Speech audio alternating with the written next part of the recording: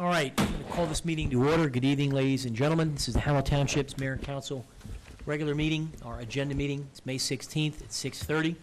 Mr. Davis, would you please read the opening statement and call the roll? Yes, sir. Let the minutes reflect that adequate notice of holding this regular meeting of the Howell Township Council was provided for in the following manner. By the posting of copies said notice upon the bulletin board in the Township Municipal Building on December 21st, 2005, and by the faxing of copies said notice to the Asbury Park Press, Tri-Town News, and Star Ledger for publication on December 21st, 2005, and by the filing of a copy of said form of notice in the Township Clerk's Office on December 21st, 2005. The public will be allowed to attend this meeting and will be allowed to participate pursuant to the Open Public Meetings Law. The public is reminded that civility and decorum will be maintained during the meeting.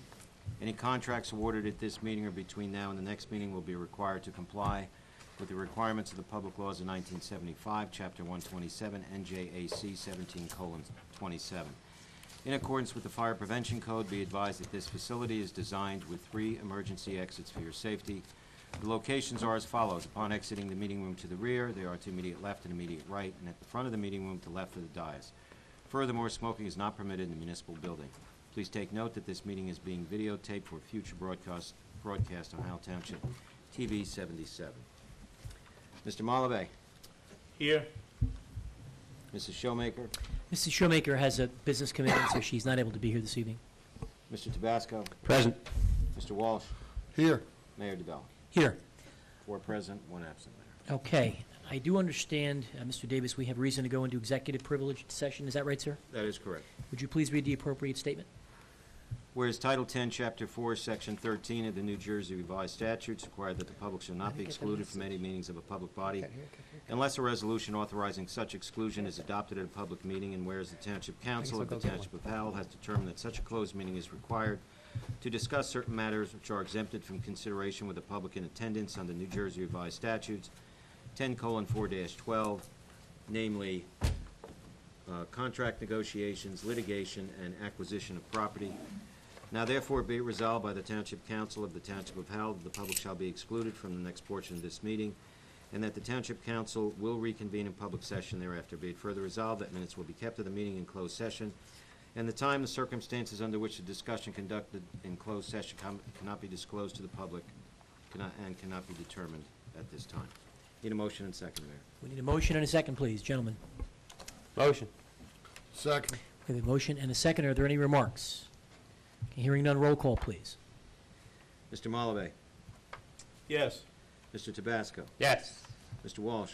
Yes. Mayor DeBell. Yes. All right, for the benefit of the public, this is the time, usually 6:30 to 8 p.m. We go into executive session to discuss privileged and executive items. We expect to come back out into the public for our regular agenda meeting at approximately 8 p.m. And I think, Mr. Cruz, you're up first. So we shall go into executive session. Okay, I'm going to reconvene the meeting to order. Welcome again, ladies and gentlemen. This is a continuation of the meeting we began earlier this evening, the Howell Township's Council regular meeting. Our agenda meeting is May 16th. The time is approximately 8:30. We've just completed our executive session, and we are going to go into our regular session. This time I'd ask everyone to please rise for a Pledge of Allegiance. I pledge allegiance to the flag of the United States of America and to the republic for which it stands, one nation, under God, indivisible, with liberty and justice for all.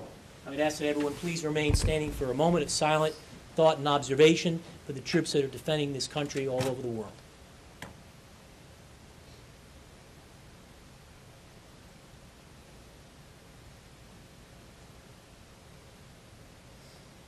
Thank you.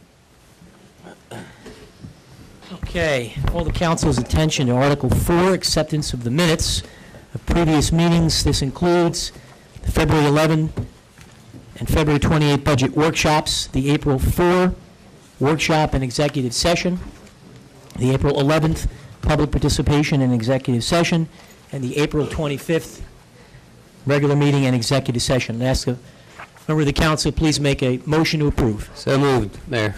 We have a motion. We need a second. Second. Motion and a second. All right, any remarks with respect to the minutes of these meetings? Hearing no remarks, roll call, please, Mr. Davis. Mr. Malave. Yes. Mr. Tabasco? Yes. Mr. Walsh? Yes. Mayor DeBella? Yes. All yes, Mayor. Okay, report of township officials. I'm going to ask for the council's indulgence that we hold off on reports until maybe later in the evening after we have some additional time to get through the agenda, and we go right to the hearing of citizens. Mr. Davis, do we have the sign-in sheet? Yes, sir. Just want to just grab that, please.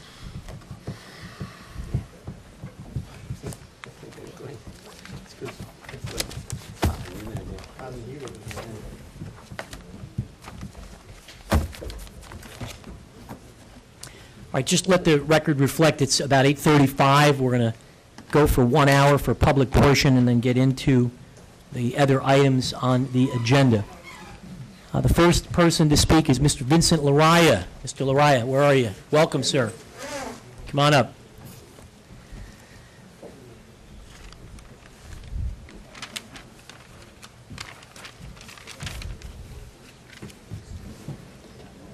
Nice to see you, Mr. Laraya. Thank you. Hey, Vince.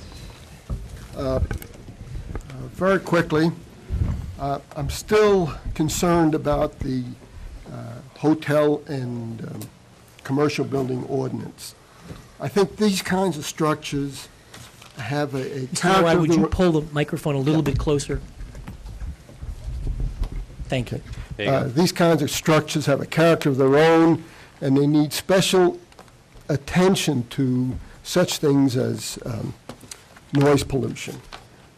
I'm asking you to give every attention to controlling the noise coming from these kinds of structures as the ordinance is developed.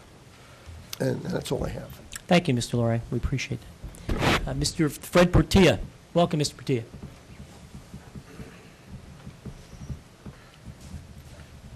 Good evening, members of the council. Hello, Mr. Fred Portilla, Casino Drive. Hey, Fred. My question is, well, the issue that I want to bring up is the bonding. One of the issues is the recreation facility by the reservoir. The township bonded for that already? We bonded to buy the land. There's To no buy- recreation facility that's been Okay. bonded for. What is there going to be a facility that's going to be built there, or?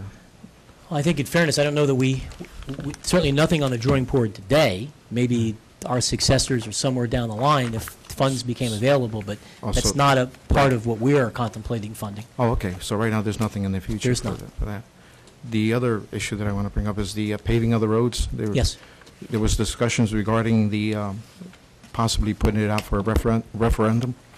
Is that going to be? Oh, We yeah. we Yeah. Are we you did gonna discuss forward? it. What we've asked the manager and the engineer to do is to inventory what it would cost to pave all of the roads in the town Right. over a 2 or 3 year period, Mhm. bring it back to the council, and then we would make a determination if we'd like to put it on the ballot as a question to be funded by the taxpayers to go ahead and proceed in paving all the roads more quickly. Right. I see. So no decision has been made other than we need to know what the price tag is. Sure. And then the council would have to make a determination about whether to proceed to do it. Okay. And the third issue is the town hall. I don't know all the details. I just, I heard, I got some information that there was some proposal to build a new town hall. Is that a possibility? No, well, I wouldn't say that's not a possibility. Here's where we're at with the town hall. The township manager, in fact, Mr. Davis, in the time that he was township manager, the council's direction, pulled together a series of potential options for the municipality. Right. One would be to rehab this building. Another would be to build a new building. Maybe a third would be to acquire an existing building someplace else. No decision has been made, and Oh, I we see. are going to begin to weigh the options. I'm not sure when that's on Mr. Janetsky's timeline, but reasonably soon, once we get beyond the municipal budget, we're going to talk about what options at our disposal from a cost perspective and what makes most sense for the short and long term for the community. If the town decides to go forward with a new town hall, are you going to put it put it as a referendum, or is it just going to, are you just going to go forward with it? I don't know that I could answer that question on behalf of the council. I'd like to see it as a referendum myself, but I don't, it's too early to make that judgment because we don't know what our options are Right, yet. right. I would like to see it also. Well, that's my point, actually. I would like to see large projects, I would like to see them as a referendum. Okay. Anything else, Mr. Patil? That'll be it. Thank you. Thank Good to see you. Ms. Smith, Pauline Smith, welcome, Mrs. Smith.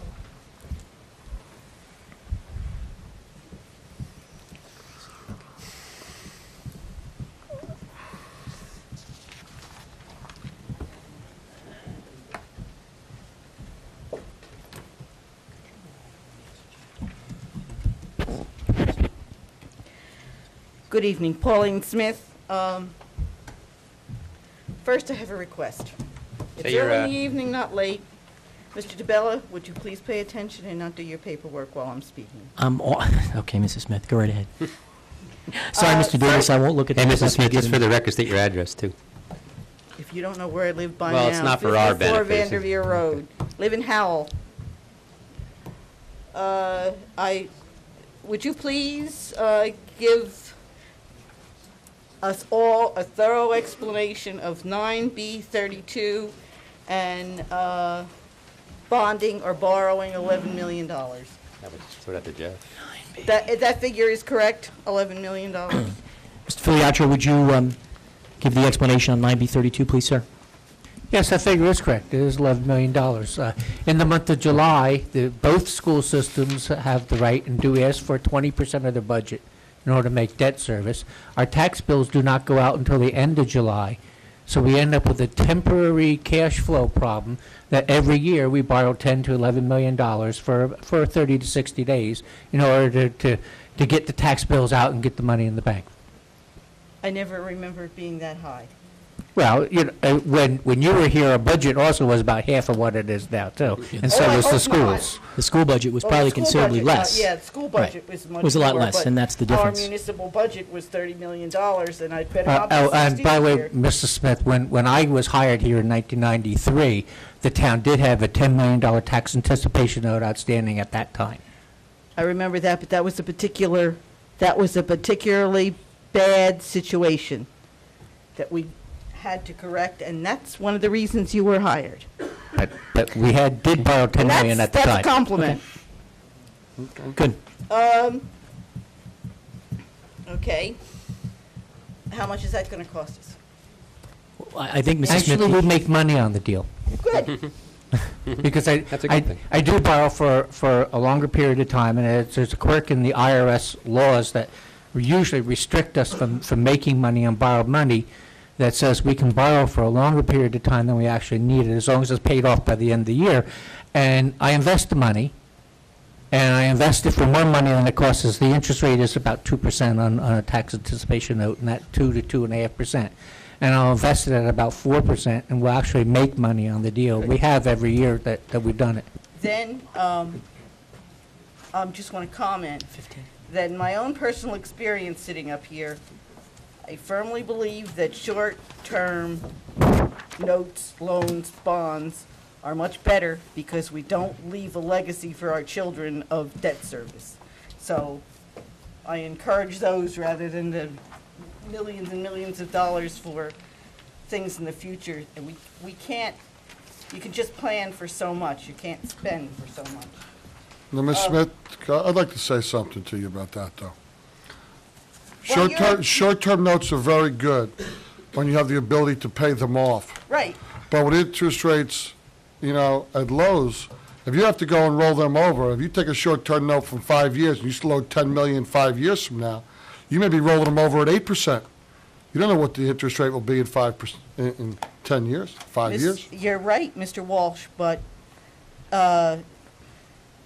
you're looking at someone who is influenced very strongly by a grandmother who survived 30 years after her husband on the interest from treasury bonds and never went into the principal that he left her.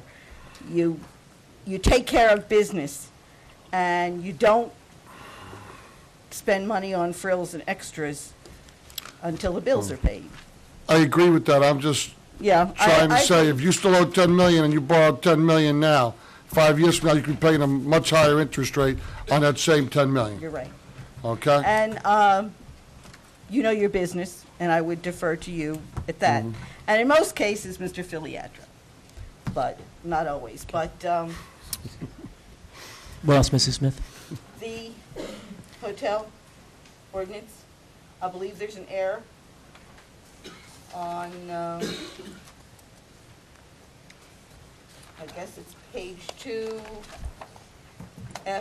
Shouldn't that be impervious surface, not improvement coverage, or impervious coverage? I'm sorry, not surface.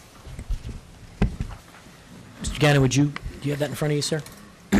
Which one was it, Pauline? It's It's F. 9A1F.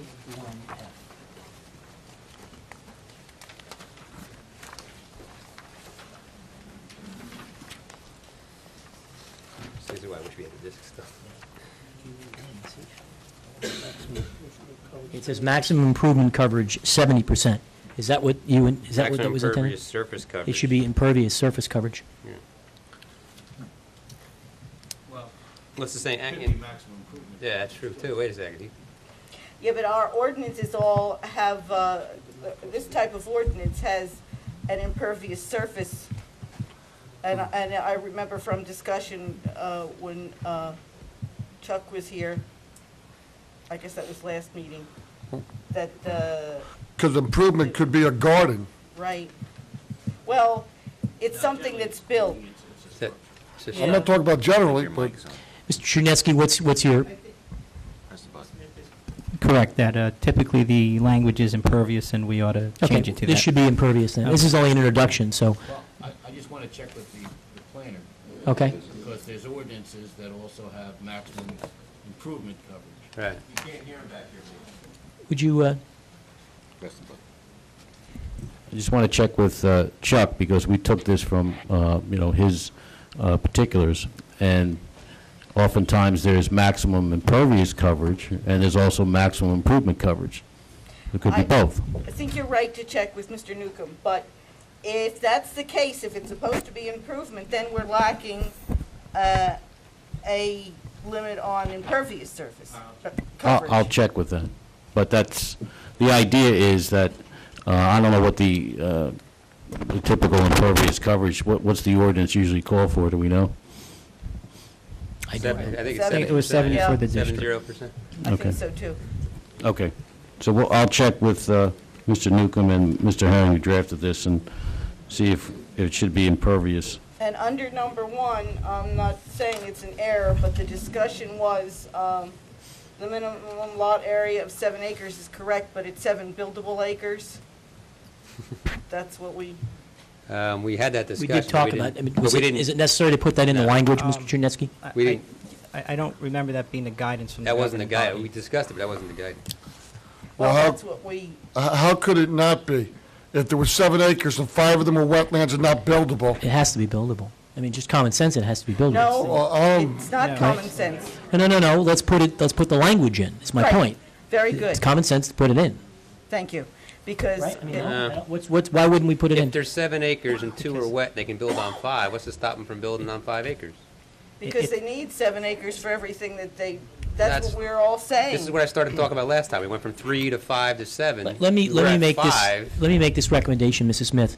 And it's your call. We're going to introduce this, and certainly you're welcome to make, we'll have a public hearing, actually. On the next meeting. Yeah. All right, continue. I But apologize. knowing so many, areas in Howell that are either wet or for whatever reason environmentally sensitive, that they, that we end up being allowed to It's, build. page 9. We should have That a, area. we need a definition for buildable then. Right. Well, one of the things we discussed at master plan, and it was a recommendation by the planning board, is having an ordinance that all restrictions be categorized by buildable acres. We And did. we requested that ordinance. Well, we're You gonna- might remember discussing that. And this would be, you want this in effect before you get to any of those things. So the discussion was that this ordinance should contain that, otherwise it might fall through the cracks. Let me just interrupt for 2 seconds. This comes back to what's reasonable again, and we were at 5 acres, we upped it to 7. So I wouldn't necessarily well, we're going to debate this at the hearing, but I'd be okay if it said 7 acres with at least 5 as buildable acres. Then I'm all right with it, but just to exclude it entirely, as it has to be 7 acres or more. But think about it. All right, so whatever the proportion that we wind up with, it doesn't have to be 100% of whatever the amount of acres is what I'm saying. We might say we want at least 7 acres for the property, for the lot. What's the But percent? maybe we need at least 5 that they can build on as something that's approvable. Whatever that number winds up being, that's up for debate at some other time. But again, we started at 3, went to 5, went to 7, now we're still looking for more, so. But we're talking So I just want to about, know what's reasonable. We'll have to debate that when we're ready. And Go ahead, Mr. Walsh. Councilman Tabasco, when you say "we," I mean, please don't include me there, because I never started at 3.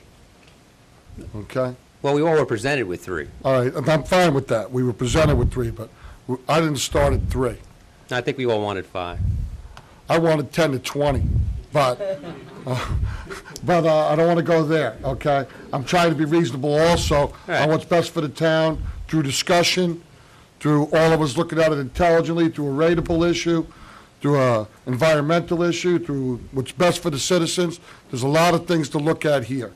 And, I'm satisfied with 7 buildable acres. I believe that's what we talked about, that was a happy medium on what would be best for the township as a whole. But, we'll discuss that at a later date. I just don't want anybody to get the concept that we, included me, wanted to start at 3 acres. Yeah, I don't think anyone from this council started at 3. That was what was presented to us. Do you have a comment, Mr. Malame? Yeah, I do. Just a brief comment. It was I who recommended that we go up to 7 acres, on the, Correct. and you guys agreed.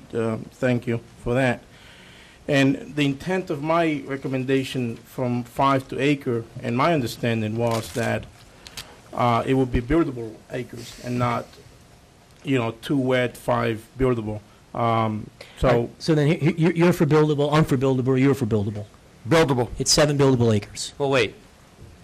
What I would Can I like to... please, No, continue this is with good thought? discussion. This is good discussion. Let me, hear me out. Hold on, Hear me Mrs. out. Smith, Mrs. Smith. I have had a thought, and I've made for all of you Just that hold might on one more second. believe. One more second. Wait 1 second, Mrs. Smith. Look, this is an ordinance for Highway 33 and Highway 9. What I'd like before we finish off this discussion at a public hearing is how many lots exist on those 2 highways right now that are 7 acres or more, and then, all right, then we can have a more intelligent, if it winds up there's only 3 or 4 of those lots to begin with, then what are we talking about? If it winds up there's 50 of them, then it makes good sense that, we don't need to necessarily have 50 hotels at some point, so right. then it makes more sense to make them buildable acres. Mr. Chernetsky, could you or maybe someone in the engineers department procure the information that Deputy Mayor has asked for about how many lots fall into this 7 buildable acres on 9 and 33? And I Fair know enough. Bill did an inventory a year Okay. or 2 ago of Okay, what lots. else do you have, Mrs. Smith? My thought, common sense, 5 acres is more than 70% of 7 acres, is it not? Mrs. I Smith, mean, hold on without 1 second. figuring it Just out? hold on. Ladies and gentlemen, I would please ask as a courtesy to Mrs. Smith or any speaker that when another member of the public is up here, we please give them our attention and a courtesy. If you do need to have a conversation, which is understandable, I would just please ask that you take it out into the hallway. Yes, And just as a- 70% of 7 acres would be 4.9 acres, so 5 acres Right. is more than 4.9. So then you'd have 2 acres that, if they weren't buildable, you'd have 100% impervious coverage on the buildable acres, and that doesn't make sense. You've got to have more than that. Also, I'll go into more at public hearing, but just something, food for thought. I don't want to take up too much more of your time, but on this ordinance, the parking, and it has the 1 parking space for 3 seats. For banquet parking, I don't know how many banquets, how many weddings. I have a very big family. I've probably been to hundreds and hundreds of weddings, christenings, and all those things. We won't talk about funerals. But very seldom is it more than 2 people. Sometimes there's a family, but it doesn't make up to be 3 per person for the banquet parking. It's not like going to dinner or something. So just look at that a little closer, please. And also, the size of the space, I understand Mr. Newcomb's concern about impervious coverage, and I agree with it. But also at weddings and all the occasions, You take out the big car that you might not take out every day, and you have limousines, and they need places to park. And so the smaller parking spaces, I think, are a problem, even if you have some larger and some a little bit smaller. And I'm just going to leave you with one more thought that I've noticed as time goes on. Our public participation meeting, which I do believe we need, and I was really glad that you instituted. But it's gotten to be a lot of presentations. I understand that's a good place for them because you're very busy.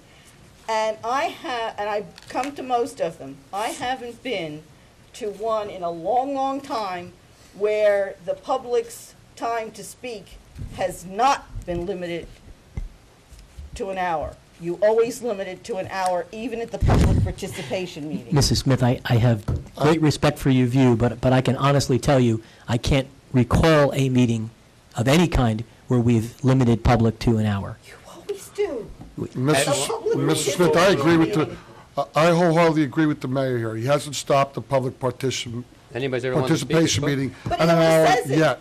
Mrs. But he always Smith, says it. we attempt to create a set Yeah. of ground rules that we'd like to get it done in an hour so that we can do the business. We invariably I'm only never cut talking- anybody off, You're though. right, you're right. Okay? I'm only talking about the public participation meetings. I'm not talking about regular or workshop. But you instituted that third meeting as for the public, and I have no objection. I certainly understand that it's time for presentations and listening to things. That's part of what needs to be done. Okay? But at least don't make the announcement if you're not going to. Okay. Thank you, Mrs. Smith. Mr. Jack Brannan. Welcome, Mr. Brannan. Mayor, just as a procedural note, when it comes for introduction to the hotel, if you want to have it With those as modifications? amended, Okay. just say as amended. Okay. You know, As once you amended. get, and you get a consensus, then we'll, before it gets published, we'll make Good. those amendments. Okay. Mr. Brannan, welcome, sir. Just give us your name and address, please, for the Jack record. Brannan, 16 Woodland Drive. Good Nice to evening. see you. Hotel ordinance, same thing, really, as buildable acres. Some kind of wording in there that states So we've got it. Now buildable. it's, yeah. Okay. I didn't notice something that was in the initial ordinance, that's length of stay. Yeah. Is it in there? 14 days, right? You can, Maybe I missed it. It was there in the past. It's not there now. it needs to be, obviously, because there is a length of stay limitation. What is, It is under the first large paragraph under Section 3.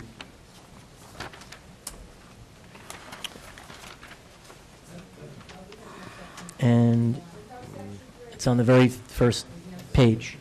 it's the bottom of the first page of Bottom of the 981, it first says 24-hour occupancy, but it doesn't say the length of stay no more. Correct. That is correct. Yeah. Yeah, it is missing. Mr. Schnetsky, that's not, do we know where that went? It disappeared with the height ordinance. I'm sorry, I was, That's okay. We had a provision in here that put a 14 days, limitation 14 days. to no more than 14 consecutive days, and that does not appear to be in the draft we all got tonight.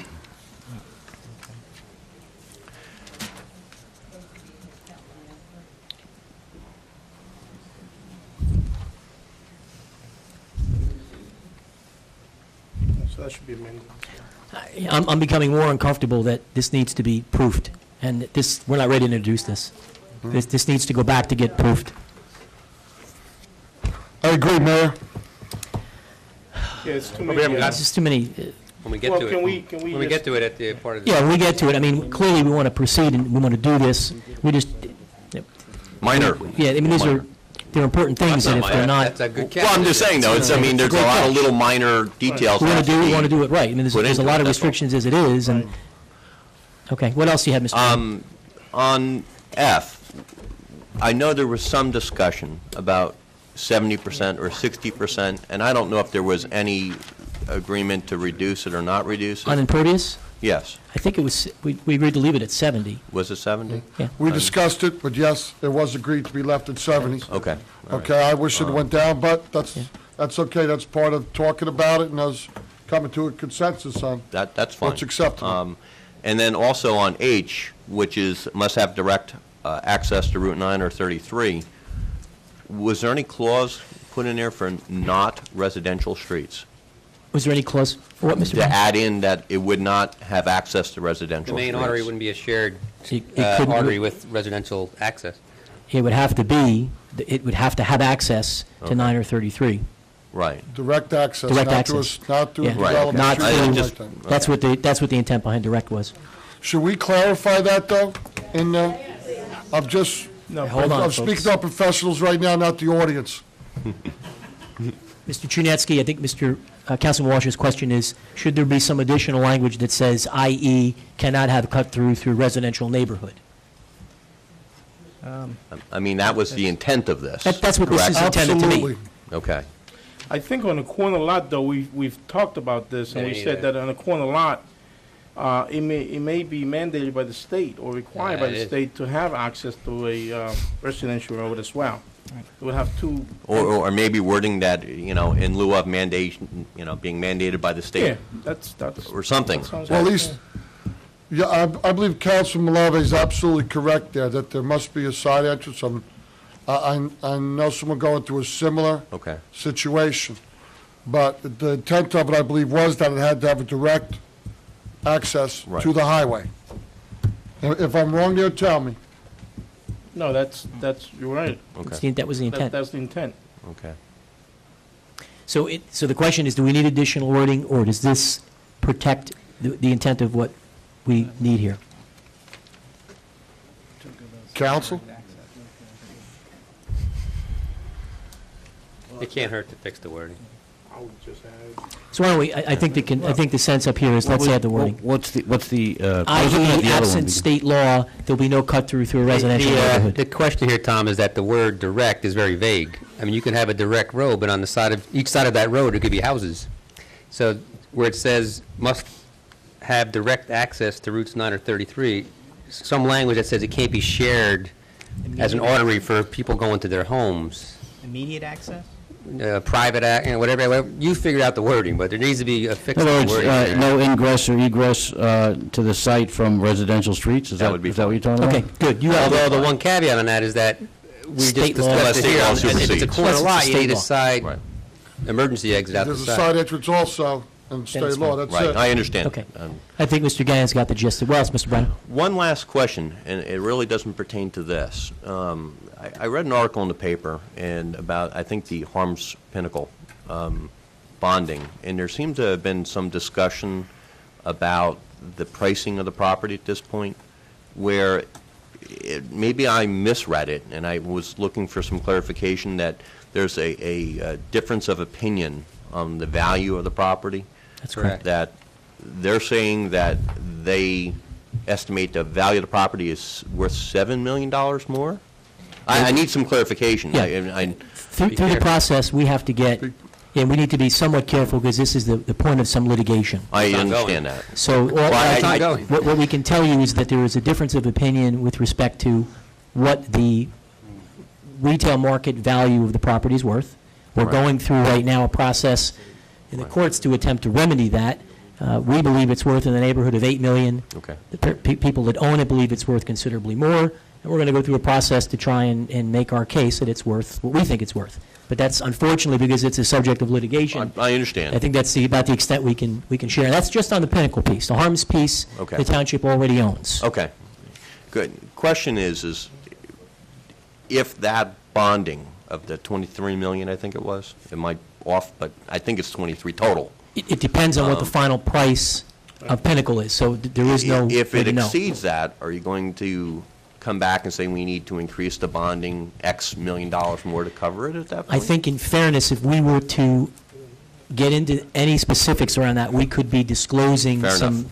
tactical litigation maneuvers that we might not want to do to protect the interests of the taxpayers. The only thing I'm going to ask is whatever the resolution is, can you at least run it by the taxpayers of the Oh, town? it would have to. Whatever has to happen out here. I mean, Yeah, it has to always So happen. nothing Okay. would happen absent public discussion. Yeah, there will be a discussion on it. And it'll be a Okay, lengthy. thank you. A That's all. long, lengthy one. Okay? Thank you. Thanks, Mr. Brennan. Grace Abramoff. Welcome, Ms. Abramoff.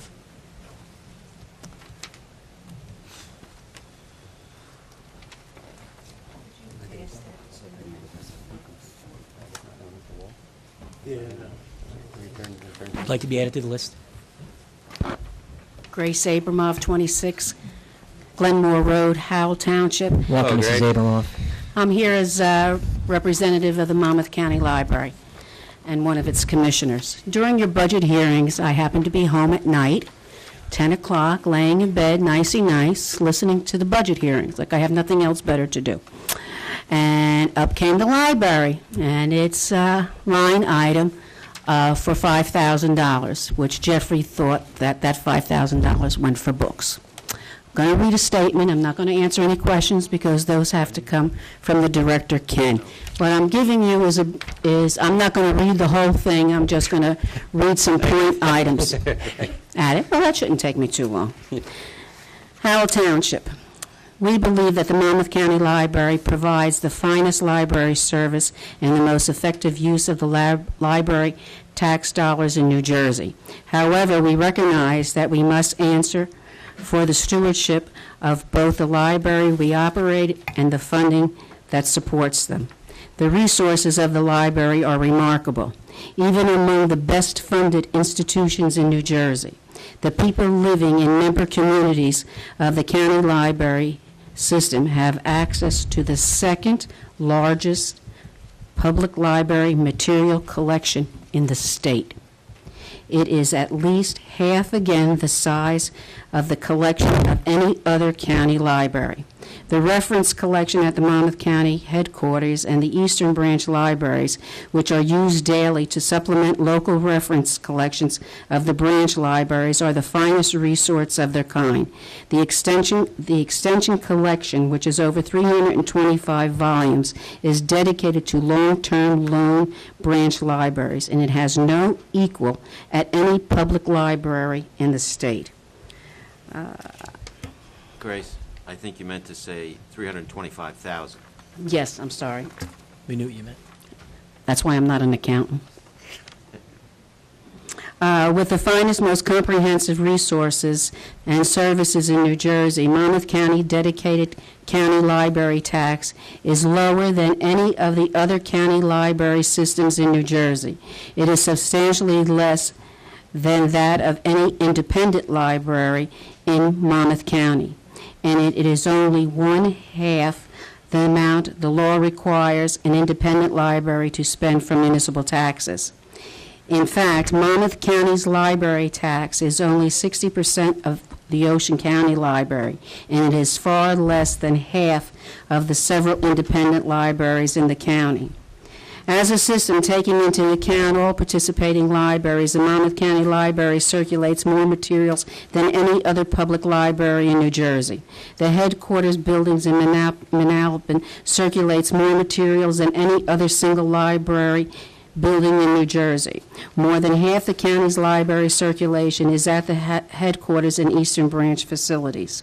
Sometimes residents of branch libraries in Monmouth County go to the Manalapan branch because it is large and specialized collections that are housed there. Sometimes it is for special references, materials, or assistance. Now going down, the collection of DVDs, video cassettes, recorded books, compact discs, large print books, and foreign large language materials are regularly loaned to branches to supplement their collection. Culture and educational programs draw people from all towns. Concerts, lectures, computer classes, book discussions, films, and ethnic festivals are attended by residents of branch towns. The library's art department produces posters, flyers, bookmarks, announcements, program material for the branches, as well as including branch programs in the monthly calendar.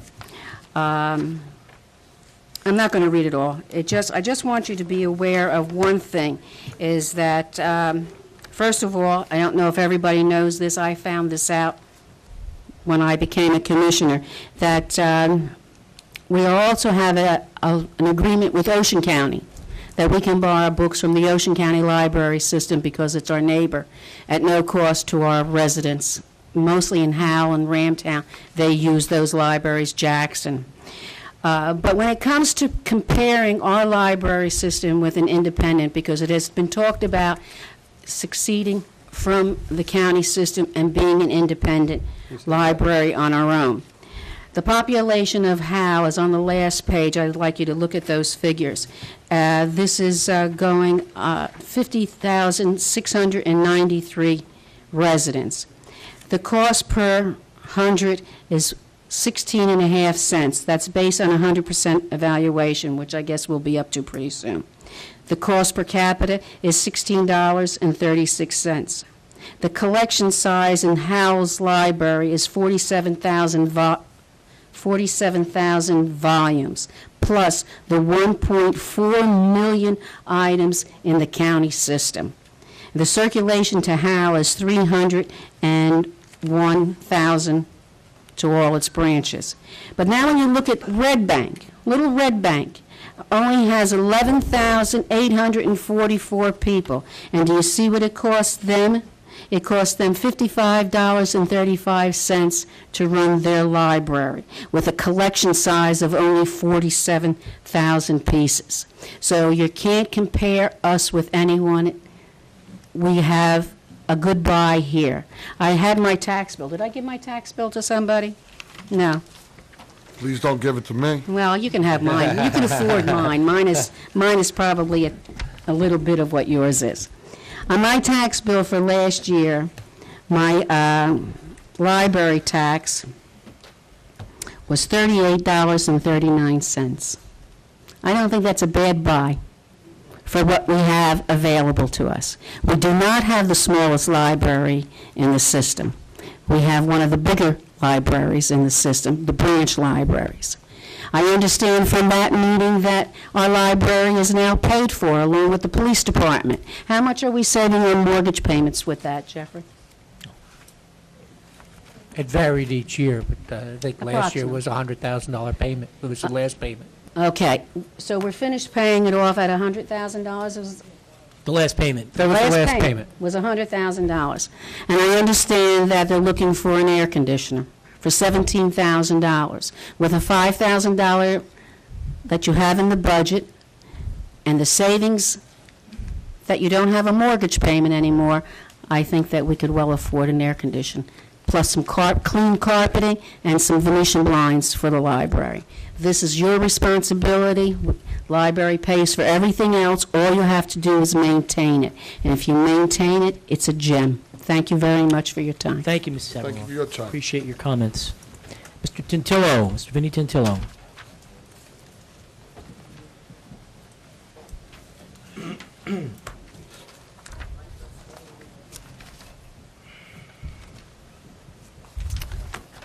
Welcome, Mr. Tintillo.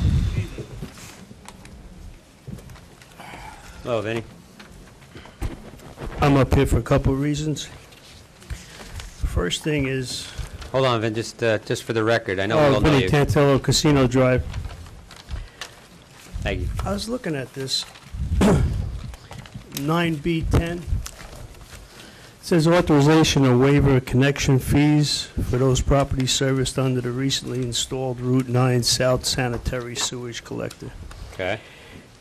And then I'm looking down here, 9B19, I'm sorry, 9B20. Authorized preliminary sewer approval for Jack Krupnik Office, Route 9, First Street, case SP 853. And then you got 9B23, McDonald's, 9B24, Grebo Shopping Center, 9B25, Jack Krupnik Office, which is a repeat. I don't know why it's written there twice. I think Yeah, it's we already caught it. It is. Yeah, it's a repeat. It's a duplicate. That one's an error. Are they, Mr. Are they- Davis, are they separate, Mr. Davis? It Just to could make be, sure. it could be separately owned Krupnik buildings with different applicants doing Let me things. take a look at it. Oh, Sewer and okay, water. Mr. Davis, what's the answer? Well, I'm not even looking at them, but Okay. it sounds like it's sewer and water. Okay, This is would you always just two- check that for us, Two separate please? resolutions. Yeah, okay. Go ahead. Is that the same one? He's going to look. Okay. Are they all going the same way for a waiver of connection fees? Repeat your question, Mr. Tintillo. I said, are they all going for a waiver on connection fees? Mr. Because it Filiatro, only says that on 9B10. would you respond, Mr. Filiatro? Yes, under 9B10, the discussion and the approval of the council, which is being memorialized this resolution, was that the property owners of Route 9 are paying for the entire construction cost of that sewer system. So the discussion was, and the agreement by the council was to pass a resolution to waive one connection fee, one unit on each of the ones that connect during this initial period of time, which would mean that a single-family house residents would not pay the connection fee because they're going to be assessed the cost of construction. A business would be waived one fee. They would pay, if there are 13 units, they would pay 12 connection fees. Okay, so this 9B10, Waives one unit. one what, house or? No, one unit per connection. So Okay. if it's commercial and it's multiple, it calculates out to be multiple units, one unit gets waived. One commercial. If it's a residential, they are one unit by definition. Okay, so I'm to take it that none of these others are waived? Just one? If they're on Route 9, they get one Just one. equivalent unit waived. Okay. Thank you. Over the weekend, Joey, you called me, and I didn't call you back for a reason, That's because okay. I was pretty disturbed. Me too. And I got these placed on my lawn under my mailbox. I'm a little pissed off about it. Well, you know what, let's not use foul language. That's not foul. Well, I I think heard it worse is. than that up there. Well, I think it is. I'd ask you to, Okay, if I Respect the offended chambers. anybody, I apologize. thank you, Mr. See, I didn't offend anybody. Okay, well, Anyhow, I don't know why this was done, Joey. I well, really Mr. don't. Tintillo, I would refer you not call me Joey. You can call me Joe or anything else, but I would refer you Okay, I'll not call call you you Joe. Joey. And How's that? the other thing, Mr. Tintillo, is that I had nothing to do with putting that sign on your property. Well, And- you probably didn't. You probably didn't have anything to do Okay, with putting them up. hold on one second. We're having one meeting. Folks in the back, if you have a comment, put your name on the list. Otherwise, please, we have Mr. Tintillo trying to speak. We shouldn't be rude. If you have a comment, please take it outside. Give him more attention. Thank you. Vinny, just back away like an inch or two, too, so it doesn't, Well, they're saying they can't hear me. you're good, right where you are now is good. Is that okay? Can everybody hear me? Yeah. Fine. I've been in this town a long time. I've helped a lot of you get elected, especially you, Joe. I didn't think I deserved the ridicule that I've been getting from people. I've gotten calls since that went on the website. Not by you, by other people from the club.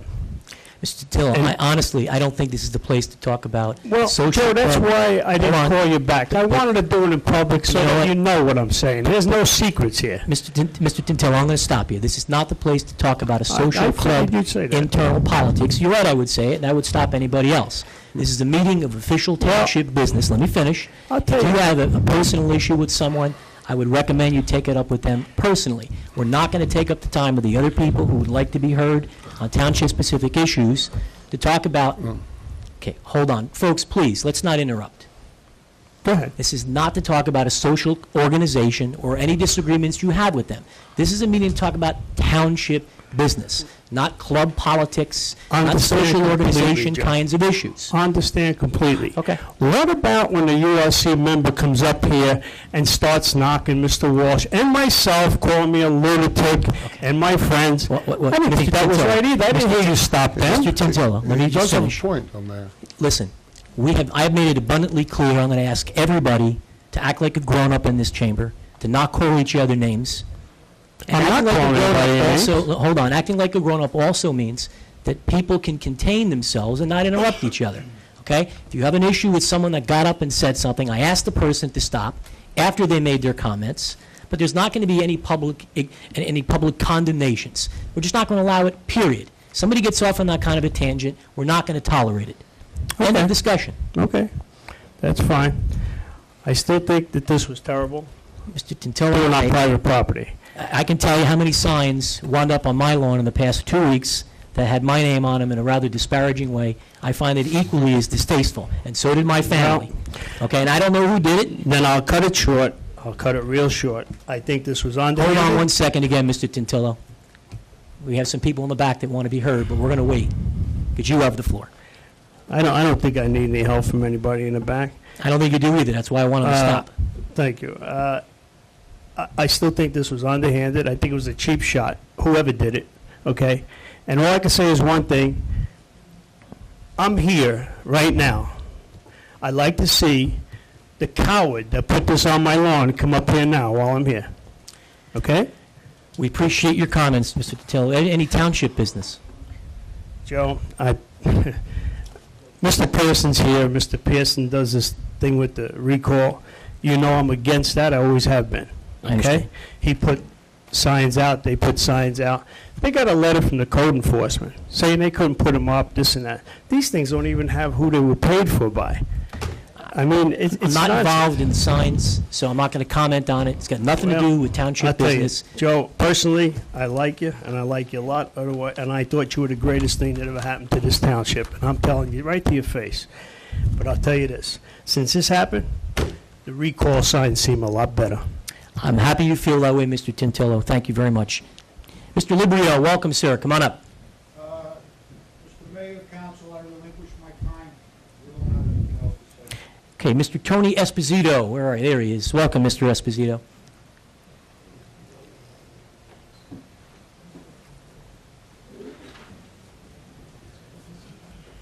How you doing? Tony Esposito, 62 Crest Drive. Hello, Mr. Esposito. How you doing? Most of what I was going to ask has already been addressed. The stay restrictions for the hotel ordinance. I do have a question on the hotel ordinance. There's letter E. It says max FAR .35. What is that? Mr. Gannon, would you give the explanation of the acronym? The fall zone of a building falling. Or either Tom, please. I think FAR stands for floor area ratio. No, Okay. I was just curious as to what that one was. Yeah, that's the ratio between the gross area of the site and the floor space. Okay. It's a restrictive type of device. Okay. As far as if you guys have to have an emergency exit into a residential area, could you put up those pylons like you're going to do across the highway from where I live in that one residential neighborhood to keep people from cutting through? I mean, that way the emergency vehicles could get access, but you wouldn't have to worry about people running through a residential neighborhood. That could be built into the design standards. Right. If you need emergency access. Would that have to happen on an almost application-by-application basis? Yes. Because not always they're going to abut a resident. There could be one that is just purely surrounded by commercial. But there's no way you could spell it out in the ordinance. That way it's already in place and you don't have to worry about someone slipping it through. I'm Or assuming that it's an oversight. I'll check with Mr. Newcomb just to see if it's covered. In other words, you can't read this ordinance in a vacuum. It's within Chapter 188 that has a checklist, that has design standards, all sorts of other things that you might not see that in this ordinance that would be applicable to any application from a site plan. But I'll talk to him about it. I have no problem putting it in because Okay. We'll check it we're out. making changes as we good idea. speak. And it will always have to come before the planning board. Right. People Right. could, speak there, and then it's up to the planning board. Okay. And I have another question about future paving of the roads. With the amount of roadway we have to pave in this town, did anyone think about looking into what it would cost to buy a paver? I mean, we already have dump Yeah, trucks and we people did. on staff. We did. Mr. Davis may be able to speak to that. I think that the township does own some sort of a mini device, actually, but Yes, but we do some overlayment, but in a limited capacity to do the, Mr. Davis, would you get a little closer to the mic, please? we have some equipment, but we do it in a limited capacity to do township-wide on the scale that is being discussed. We're not equipped to do that. Well, that's what I'm talking about. The other Maybe thing, getting a Mr. bigger Esposito- machine, because after we get done with it, the town would still own the machine, and we could rent it or lease it out to other townships. Part of the issue we have in all candor is that the biggest element of the cost is the raw material.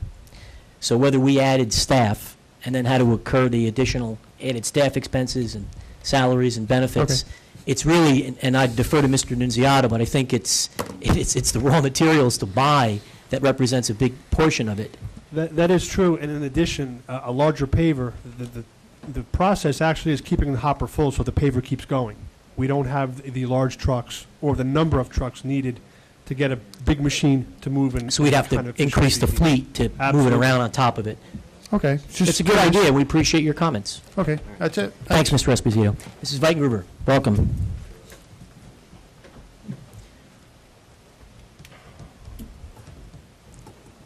Suzanne Weitengruber, 25 Princeton Drive.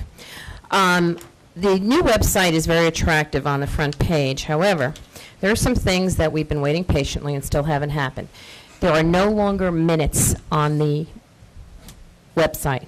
You can no longer click on, and it's been quite some time that it keeps saying it's under construction. You have your own MIS department. There is absolutely no reason. They were there before. You're right.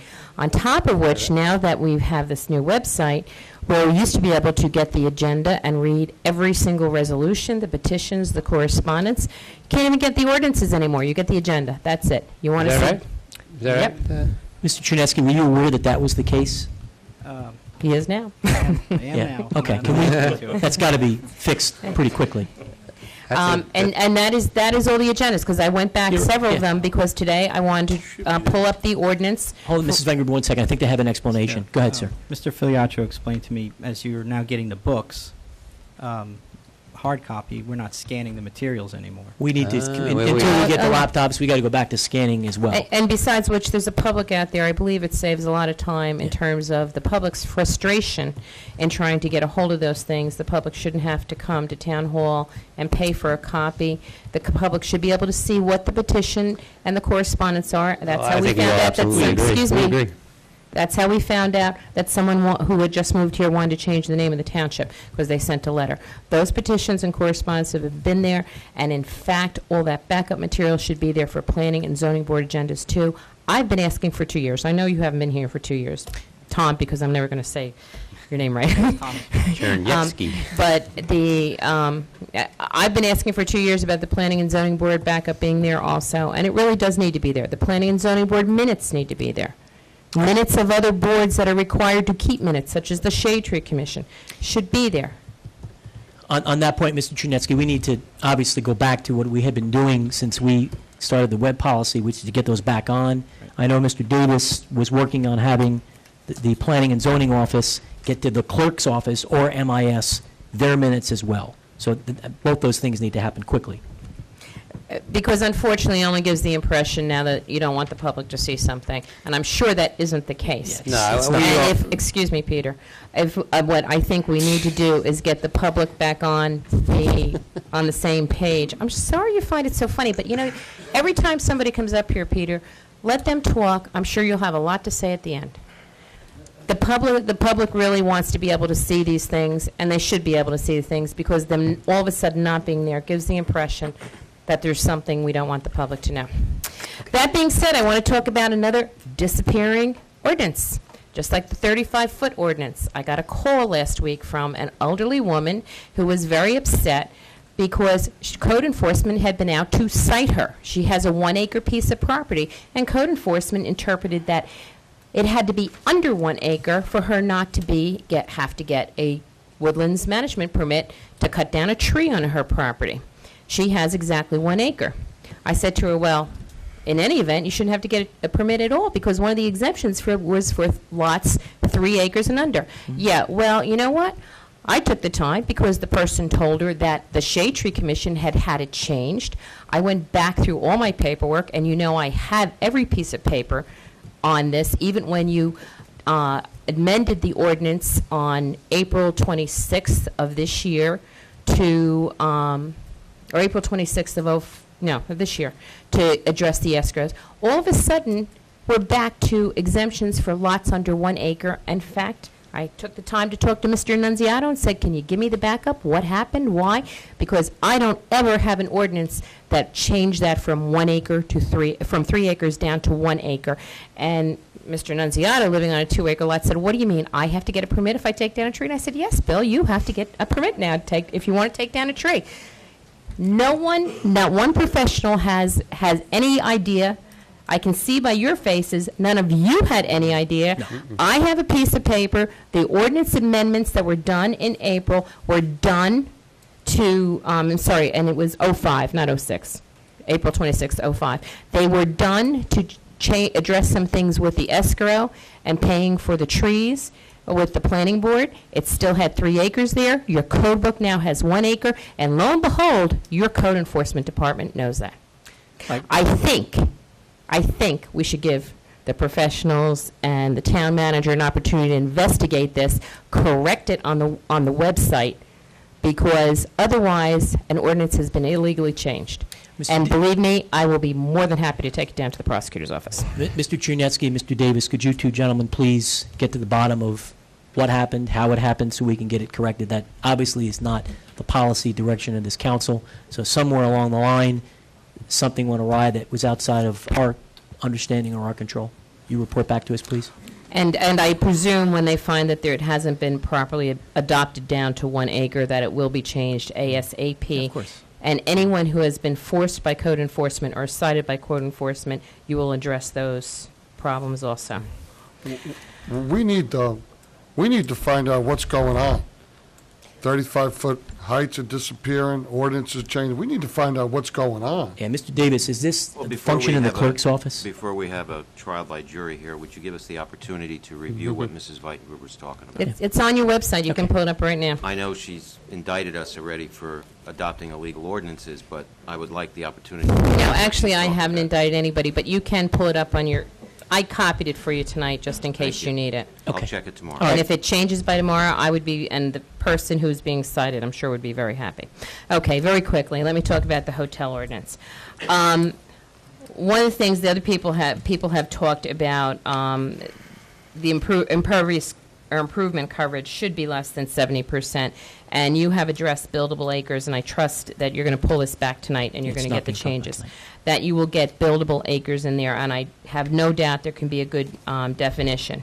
As well as the limited stay, and one of the things I suggested, because it was worded very poorly, that the continued occupancy of a room or suite only available for 24-hour occupancy, but not to exceed 14 days. The words were transverse. It just got left out of there. On top of that, when we discussed it, I talked about the fact that you can then pay musical rooms, and you were going to put something in that's limited the stay to the hotel, so that they just couldn't move from room to room to room. So could we see that go back in? Because I believe my copy of the DVD says you agreed to that, so that we weren't turning these into residential hotels. Again, I think we all agree. What we've already talked about is we need them to go back and review the minutes. Okay. And to check it for accuracy to make sure everything we talked about is in the next draft, because there's Okay. things missing. Right. That needs to be in there, that it's not just the room, it's the hotel. One of the other things I talked about, and other people have talked about, is the width of the parking aisles and stalls. I know you said you were going to look into it. I don't know that you ever agreed to anything on it. And that the buffers, that there should be a buffer with the residential zone, particularly if it backs up to a residential zone. And that was going to be in this part of the ordinance, so somebody couldn't say, well, it's somewhere else in the land use ordinance that doesn't pertain to that. And most importantly, the fact that we talked about the permitted accessory uses within the hotel include, now we have, but not limited to. So the include is restaurants, retail, banquet facilities, health club, customer and laundry services. Not limited to has been thrown in there. Does that mean we can now have a movie theater in there? Does that mean we can have any kind of club, or some of the less desirable things that we have seen pop up on Route 9? I think you need to tighten that up. And what the original wording said, it wasn't permitted accessory uses within the hotel, is that the permitted accessory uses would only be within the hotel, and they would not be exterior to the hotel. And I pointed out to you in the very last section, which is, well, not last section, I guess it's 3(1) section K. It goes on to say accessory uses are any uses which are subordinate, and that basically contradicts, last time contradicted the first paragraph, indicating that the accessory uses could be exterior to the hotel. This can't be left up to interpretation. If we're going to make the shops and the banquet facility be a part of the hotel and within the hotel, you need to state it as such. If we're going to have a mini shopping mall, Six Flags outlets or something, you're kind of opening the door with the last one. And what I believe you agreed to, because I looked at my copy of the proceedings, was that all those uses, permitted uses, had to be contained within the hotel structure, that they were not going to be separate buildings. I believe we said, we talked about any shops inside had to have direct access through the lobby. Right, the shops would not be exterior. There wouldn't be a separate shopping center. And I believe we also talked, I know at least twice, about the fact that the banquet facilities would be connected in there. And by putting in 1K, 1 and 2, you seem to give if I was sitting on a land use board and it says accessory uses are, which are subordinate to, that doesn't say that they have to be within the hotel structure. And permitted accessory uses in 188, 87.1 now say are not limited to. I think you do need to limit them. Are they going to put a movie theater in there? You have no say. If it says not limited to, you've opened the door and they can put anything they want there. And it was supposed to say that these things were supposed to be interior to the hotel. That's how they would be accessed. I looked at 2 copies of the discussions, and that's the impression you folks left people with. Yeah, So I would please ask you to consider that, not consider it, I really think that's something that needs to be done to protect the people, especially near the residential area. Let me just address a few of these. The permitted accessory uses within the hotel include but are not limited to, so that there's accessory uses there that by definition must be within the hotel. You're saying that the language that I guess the planner had, include but not limited to, you want that out? Well, I don't think you want not limited to, because you could put a movie theater there for all you want. But it does say permitted You could uses. put an IMAX. It does say permitted uses are within the hotel. Right, but it doesn't say the permitted uses within the hotel. It doesn't one of the copies, and I did not bring all my copies with me. There was a number of changes that Chuck did. I know, I did not bring all my copies with me, but one of the original drafts, not original drafts, I think it was the last draft or the draft before that, said that the permitted accessories must be within the hotel, that they could not be exterior to the hotel. The language says permitted accessory uses within the hotel. So you're saying must be within the hotel? Is that what your point is? That was the point, and because you have another section under K 1 and 2, Section 3K 1 and 2, you talk about accessory uses again, and it does not say that those accessory uses have to be interior to the hotel. And I reviewed my copy of the Channel 77. Right, and but I think what's happened here, Chuck must have looked at it and said signs and banquet facilities, restaurants. well, actually, I think if you take out Section 2, In other words, these are, signs, obviously, they can't be within the hotel. I mean, they could right, be. but I think if you take out that whole Section 2, maybe just leave in swimming pool. All right. If you I'll take talk to Chuck. it and just make signs and swimming pools and take out the rest of it, you're fine. But I do think you need to tighten up the wording that says that the permitted uses, accessory uses, can only be interior. Look into it, Mr. Gannon. All right, well, I think that was the idea. and Okay. If we can I think tighten it was up, we as well. will. Okay. Okay, thank you. Thanks, Mrs. Weingruber. I have this one comment. Sue mentioned about the website, and I just want to make it clear that we as a council, as a policy, really have wanted for years, actually, to create what's called a virtual town hall. That is our intention, where if you have a pool that you're trying to put in, you don't necessarily have to come to town hall or to the engineering building every few days to go move a folder around, that things can be clicked on from your home, not just for the public, but also for the people that work for us, that they can route things to the next department by just doing this virtual town hall type stuff with technology. So that is our intention. Our intention is not to exclude anybody from having access to information. Mr. Howell, I didn't hear you, Mr. Tintillo, did you? Chris Estevez. Mr. Estevez, come on up, welcome. Mr. Mayor, how many speakers before Mr. Estevez comes down? We have Ms. Esposito, Mr. Merciniak, Mr. Dixell, the Twin Chiefs, as I call them. May I remind you that we are And Ms. Migliaccio. over an hour of public Yes, speaking? we're going to continue to allow those people that are here, and I would just ask folks, if it's about the hotel that hasn't already been mentioned, then I would ask that you just attempt to keep it to things that have not already been said, of course. Mr. Estevez, welcome, sir. Just give us your name and address, please. Good evening. Chris Estevez, 10 Canterbury Way, Farmingdale, New Jersey. It is about the hotel, but it's not about anything in this individual ordinance. Could you It pull is the about microphone the a little hotel, but it's not anything in this in this particular ordinance, but what I would like to ask the council to consider is something that I think has been in need for a very long time, and this may be the opportunity to do it. I think the town council should consider a facade ordinance in the township of Howell. We are.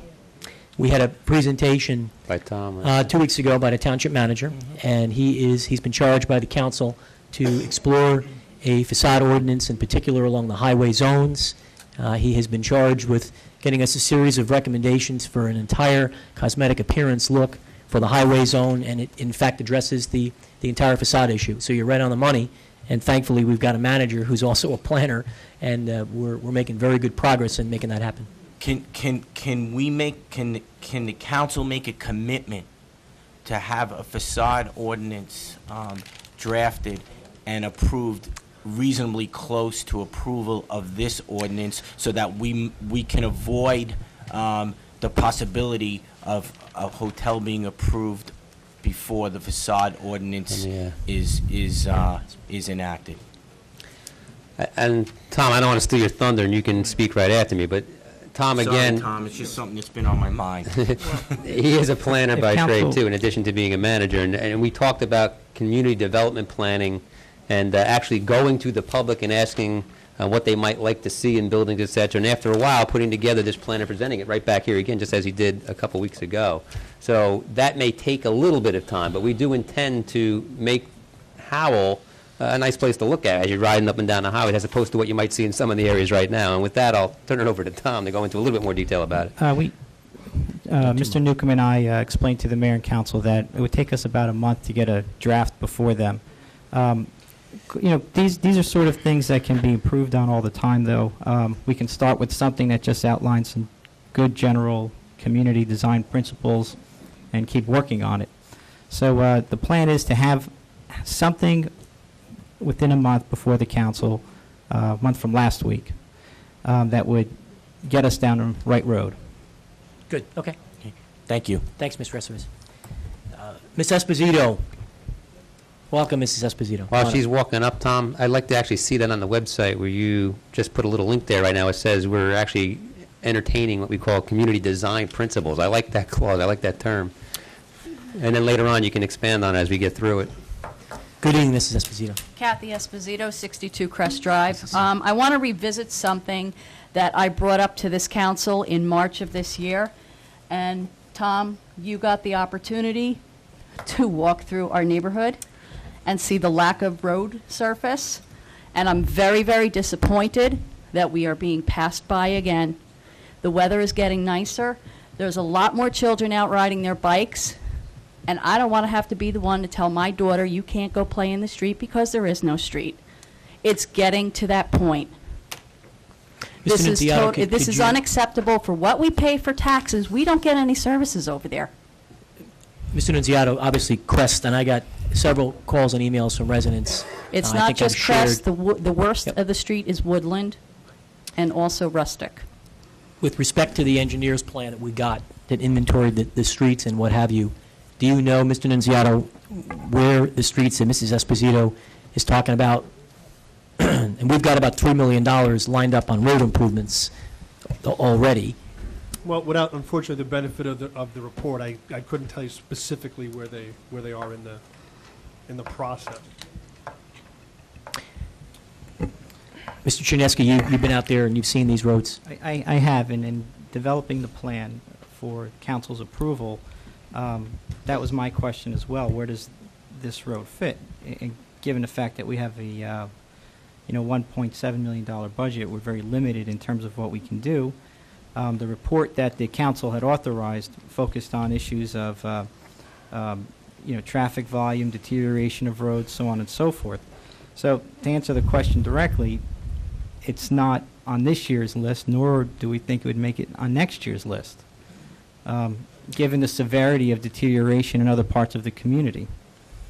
And what do we have on a draft basis in the current capital for next year? About $1.7 million, is it? 1.7. So, Mrs. Esposito, I couldn't agree more. I'm the one that advocated we need to put a referendum on the ballot haven't to been able pave to all see the the roads. roads, I've though. driven the roads, and they're bad. And so is Easy Street, and so are countless roads. I think that we need to I just ask our feel, friend I to get just them all feel paved. that I'm not getting anything for my tax dollar. Mrs. Esposito, if we could pave every road tomorrow, believe me, we would. And we're going to have spent almost to the tune of $1.5 million this year, $1.7 million next year. The problem is that gets us about 30 miles of road, and we've got about 175 to pave. It's actually probably less now. We've had 2 increases from the paving contractors in just the month of April due to the... And that's on a low bid that That's goes on out. state contract. State contract, Yes. low bid. Are there immediate repairs? I mean, we have a repair budget. Are there immediate repairs that we can send DPW out there to fix the more egregious concerns on You can only Crest and put Woodlands? Band-Aids on so many times. I don't disagree with you. I'm for paving every road in the town. Public Works has been out to, patch the holes, so to speak. But that's probably the extent of what we can do at this point. Yes, and in the budget, we actually are requesting another Right. machine, another hot box, so we can double that patch repair. Okay. Amazing. My question regarding 9B32 is directed to the CFO of this town. After working on Wall Street for many years, I'd like to know how it is that you can borrow money for half the rate that you can invest it. And who is going to lend the township $11 million at a 2% rate, but you turn around and invest it for 4%? I'm very, very curious to find this out. We can borrow tax exempt. People are willing to accept a lower interest rate from us because they don't have to pay income tax on it. Yet we are allowed to invest on the commercial market like everybody else can invest.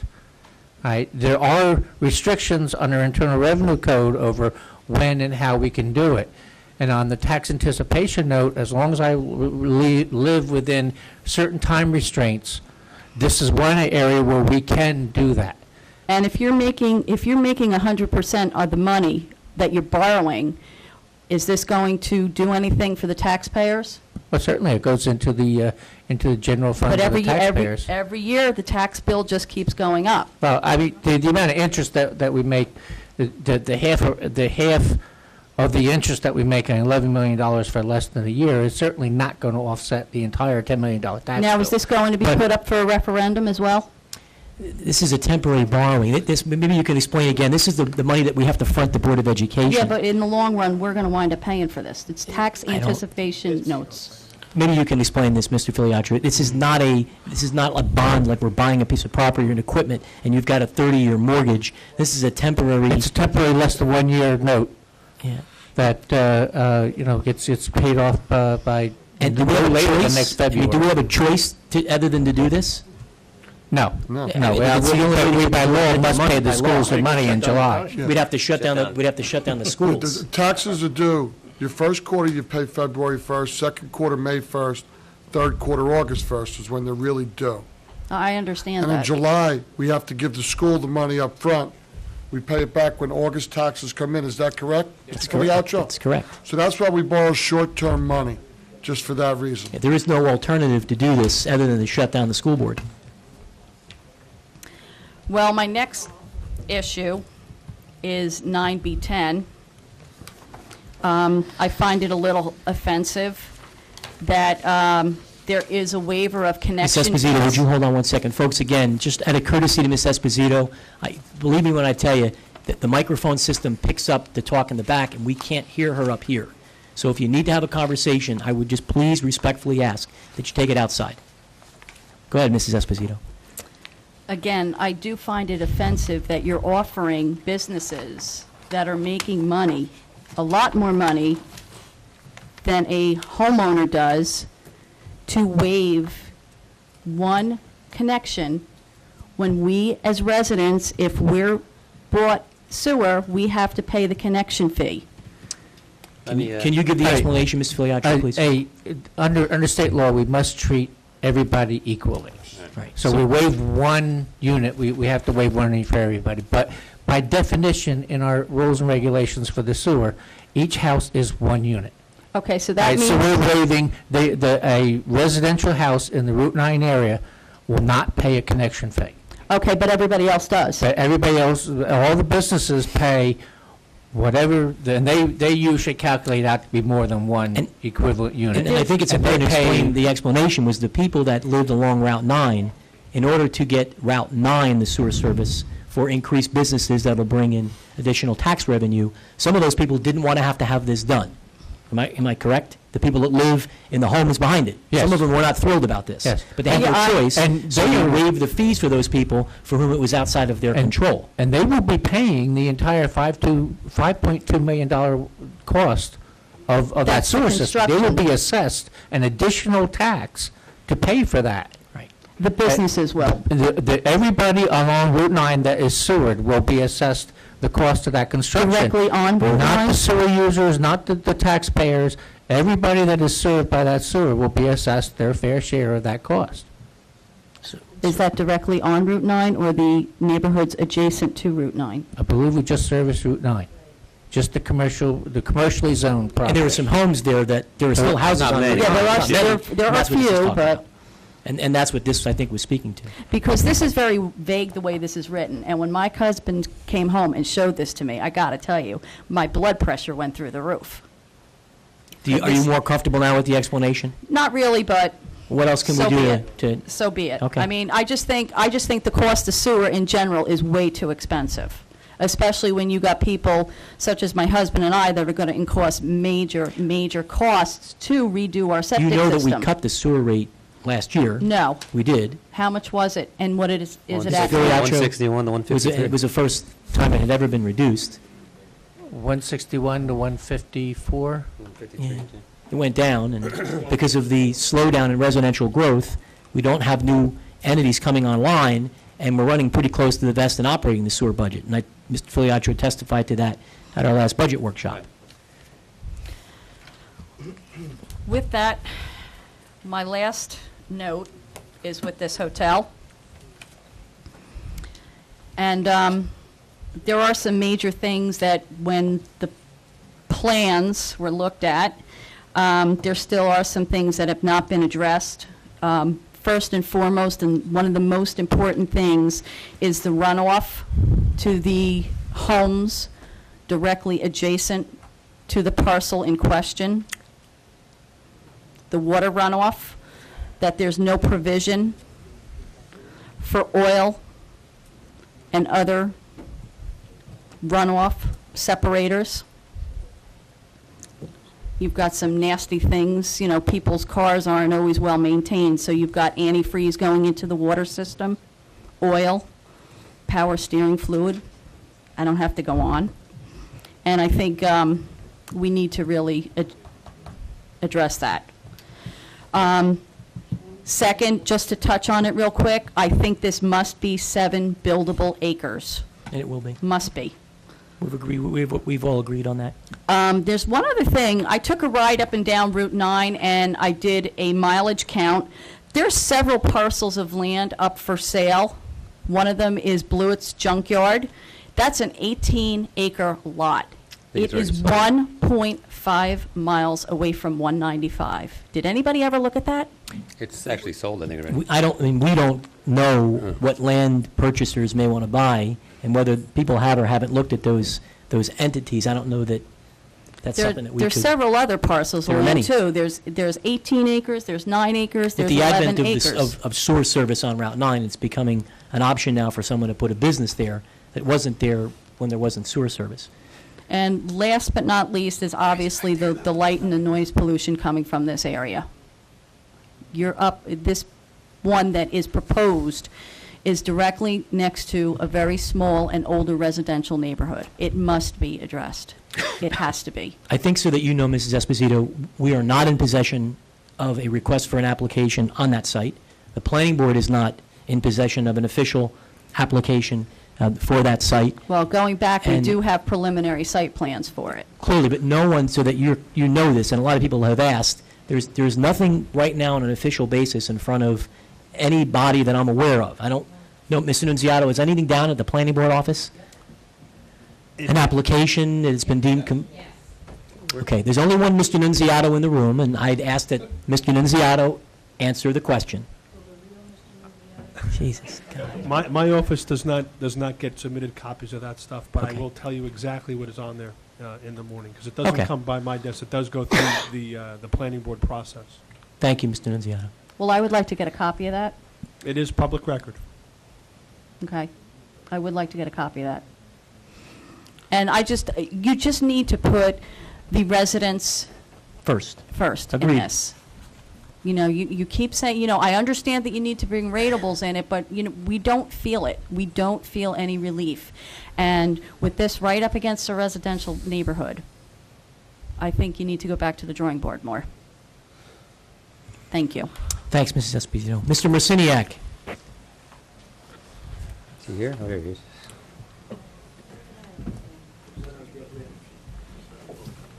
Move a little slow, Mr. Marciniak. You get my age, you get slow too. How's that sound? All right. Stanley Marciniak, Jerseyville. Can you hear me? Okay. Yes, we can. You're welcome, Mr. Marciniak. Okay. There's two statements on the agenda. 9B27, I'll read it. Authorized preliminary water approval of the Woods at 5 Points, Howell Road and Brickyard Road. And the other one is authorized preliminary sewer approval of the Woods at 5 Points, Howell and Brickyard Road. Okay? You got a problem here. I own the property there. And the road in my deed, it says Graydon's Hill Road. It doesn't say Brickyard. Who changed it? How can you change my deed? Don't look at me, Mr. I'm just Marciniak. I looking didn't over. change your deed. Yeah, How's that sound? Mr. Marciniak, I don't think we're getting you. You need to talk into the mic if you wouldn't mind. I am? I'm yelling at it. We couldn't hear you. Okay. Mr. Nunziata, could you give us the explanation, please, on this? He doesn't know. Well, again, this is a Mazer Consulting's utility review letters, and typically, under the Howell rules and regulations, as they are for water and sewer, preliminary approvals are typically whether or not service is available or not available. All right, because of the potential ambiguity, can we please pull 27 and 28? You guys can look in. Is there any urgency this had to be decided tonight? Well, no. 28 is That's something else. I'm sorry, not 28. What is it? Just, it's 27? 27. All right, can we, and this is an add-on, by the way, so we just don't have to add it on. Again, too, typically the lots in question or the subdivision lots are typically referenced by lot and block. Yeah. And the road names or the frontages are typically just for descriptive purposes because people say, Okay. again, Mrs. Dixell had in the past requested, I see these approvals, I don't know where they are, don't know what they're for, it's a Wawa, which one is it? So Okay. again, we Well, typically. Mr. Marciniak, Okay, is the let me- lot and block correct on 9B27? Are those your lot and blocks that you own? I own, Do you own block 183? I don't know what, I own the part of that road. Well, let me just get back to where I belong. Graydon's Hill Road goes back to the 1800s, was the stagecoach road that went down to Southern Howell. That's in the county maps, county deeds, it's in my deeds, it's the deeds across the street from the people. How can you change this deed with this net? You're in the Certainly, wrong we're place. not, I don't think we're looking to do that, Mr. Marciniak. So Well, I'm that- just telling you. So That's can not we what pull you- 9B27 and revisit this at the next meeting, and you'll give us an explanation? It's at the pleasure of the council. Okay, Certainly- everyone agree? Let's just have them look into it. And 26 is the duplicate, Mayor. So 26 and 27, okay? Yep. Good. That's what You'll it get says. back to us and maybe talk offline Well, let me with just Mr. tell you Marciniak. guys, just a little history. It goes back to Graydon's Hill, goes back to Colts Neck, it goes to Mayhair Road, and then it went, the stagecoach went to Freehold. So it went all the way down, right through Earl, and all the way down to Southern Howell. Boy, you're lucky, you only got one-way trip, you know what I mean? We're going to look into it, Mr. Marciniak, to make Okay. sure it's done correctly. Is that it? Look, the Okay. deed's gotta be straightened out. Terrific, thank you. Mr. Marciniak. Mr. Walsh, they're not duplicates. One's water, one's sewer. Oh, I'm Mrs. sorry. Dixell, welcome, Mrs. Dixell. Where are you? Come on up. I'm sorry. It's all right. Let us say sorry when you're wrong, bro. Right? Next time up. We're not doing a budget tonight. I'll go home. Yeah, it's too late. Mrs. Dixell, good evening, welcome. Put a septic on Stanley's property. Hi, Bob. Hi. Okay, Barbara Dixell Villages. I just want to share some thoughts with you. I'm happy you have your master plan. I'm happy it's been passed. It's not by us. Well, well, it's gonna be, or there was passed by the planning board. Planning board has approved it, and they sent it up to the council for Okay. us to begin to consider.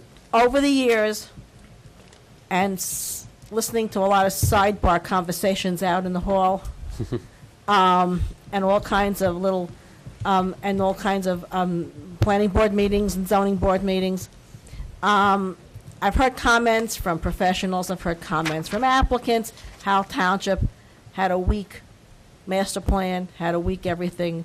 At one point, I heard somebody say we were the laughingstock of Monmouth County. Now that we finally did it, is there any way that, and I've heard at different meetings that some of our professionals, you know, like if an applicant will say, well, you know, something's wrong, this is wrong, I've heard, say, well, or some of our professionals would say, well, here's a way to fix it and we'll get it right.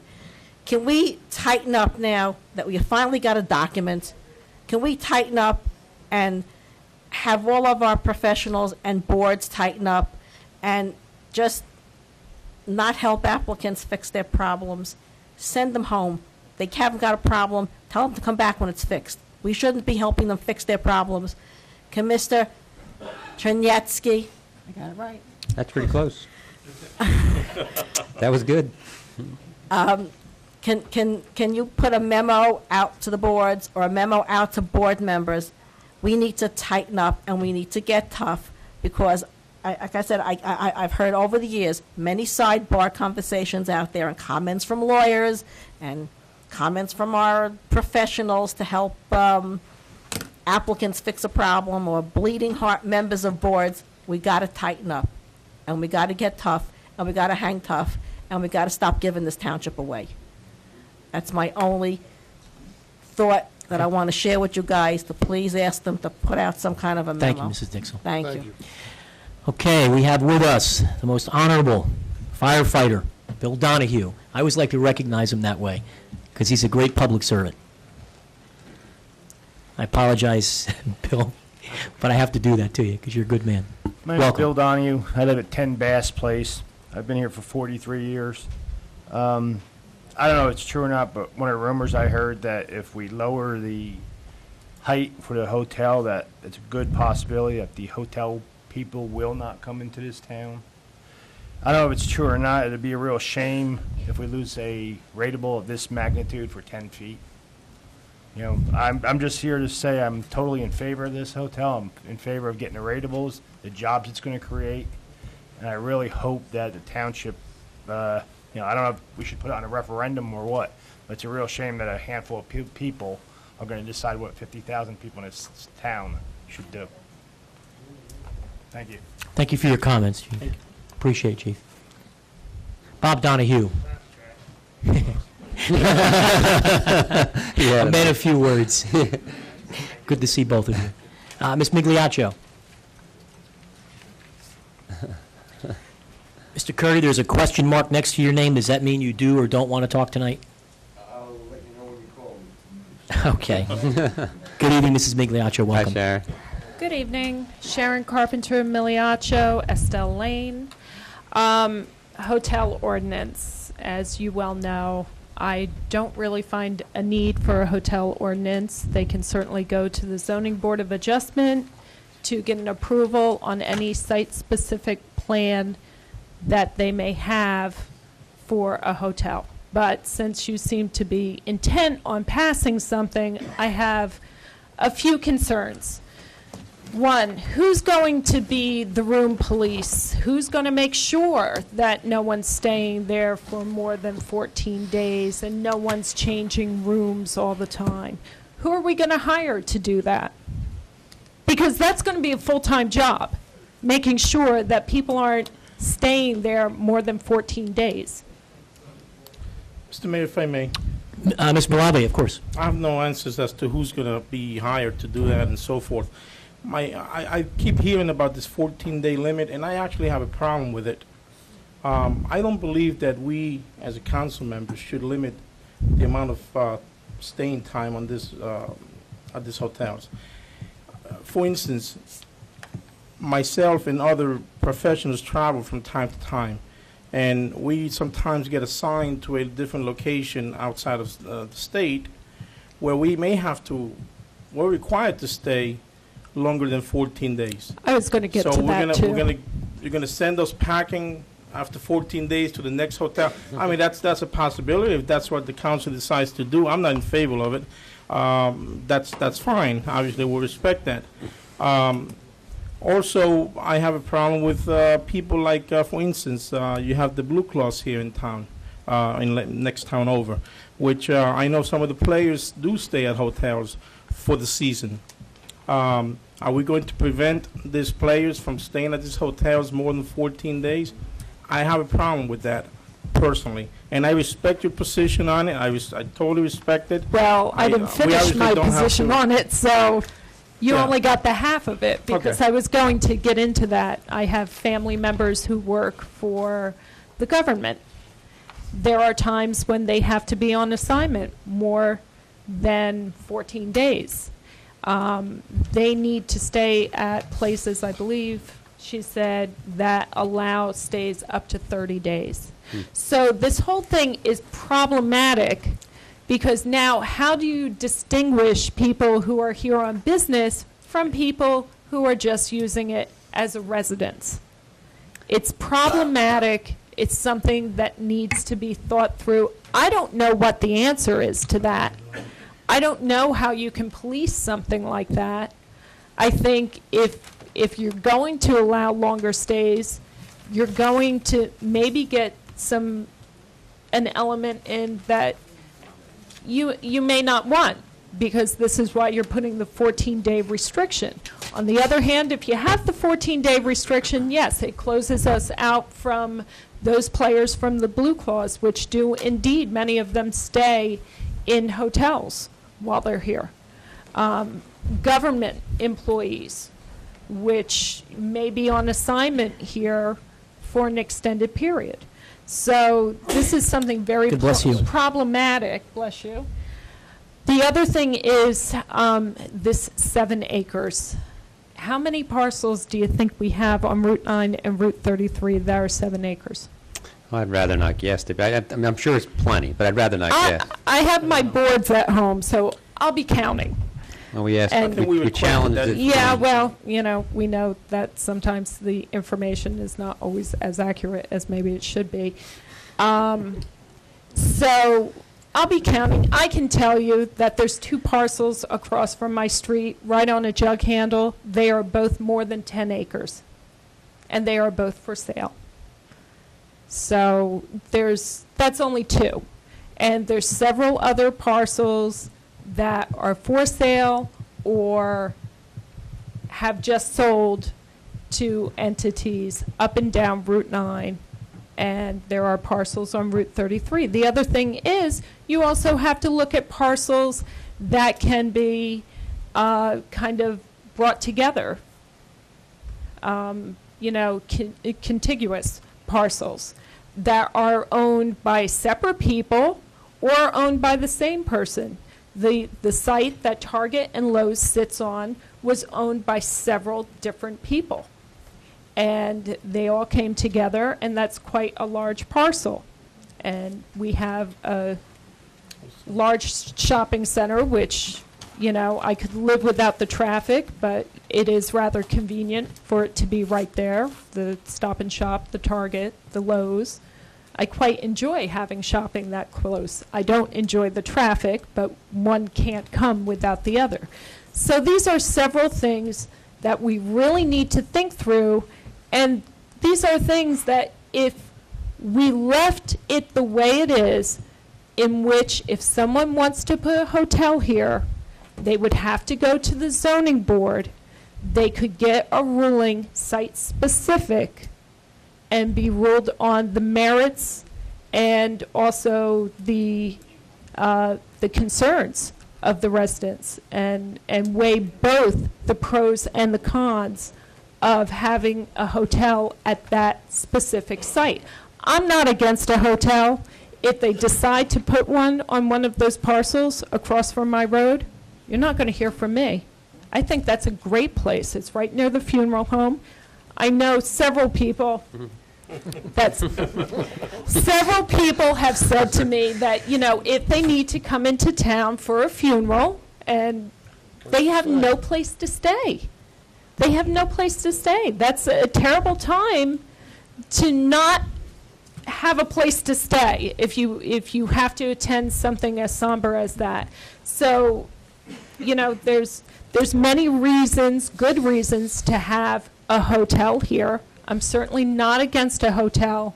I think many things in this ordinance are problematic, and I don't know what the answers are to them, but quite frankly, we've been working on a master plan for I don't know how many years. 18 months.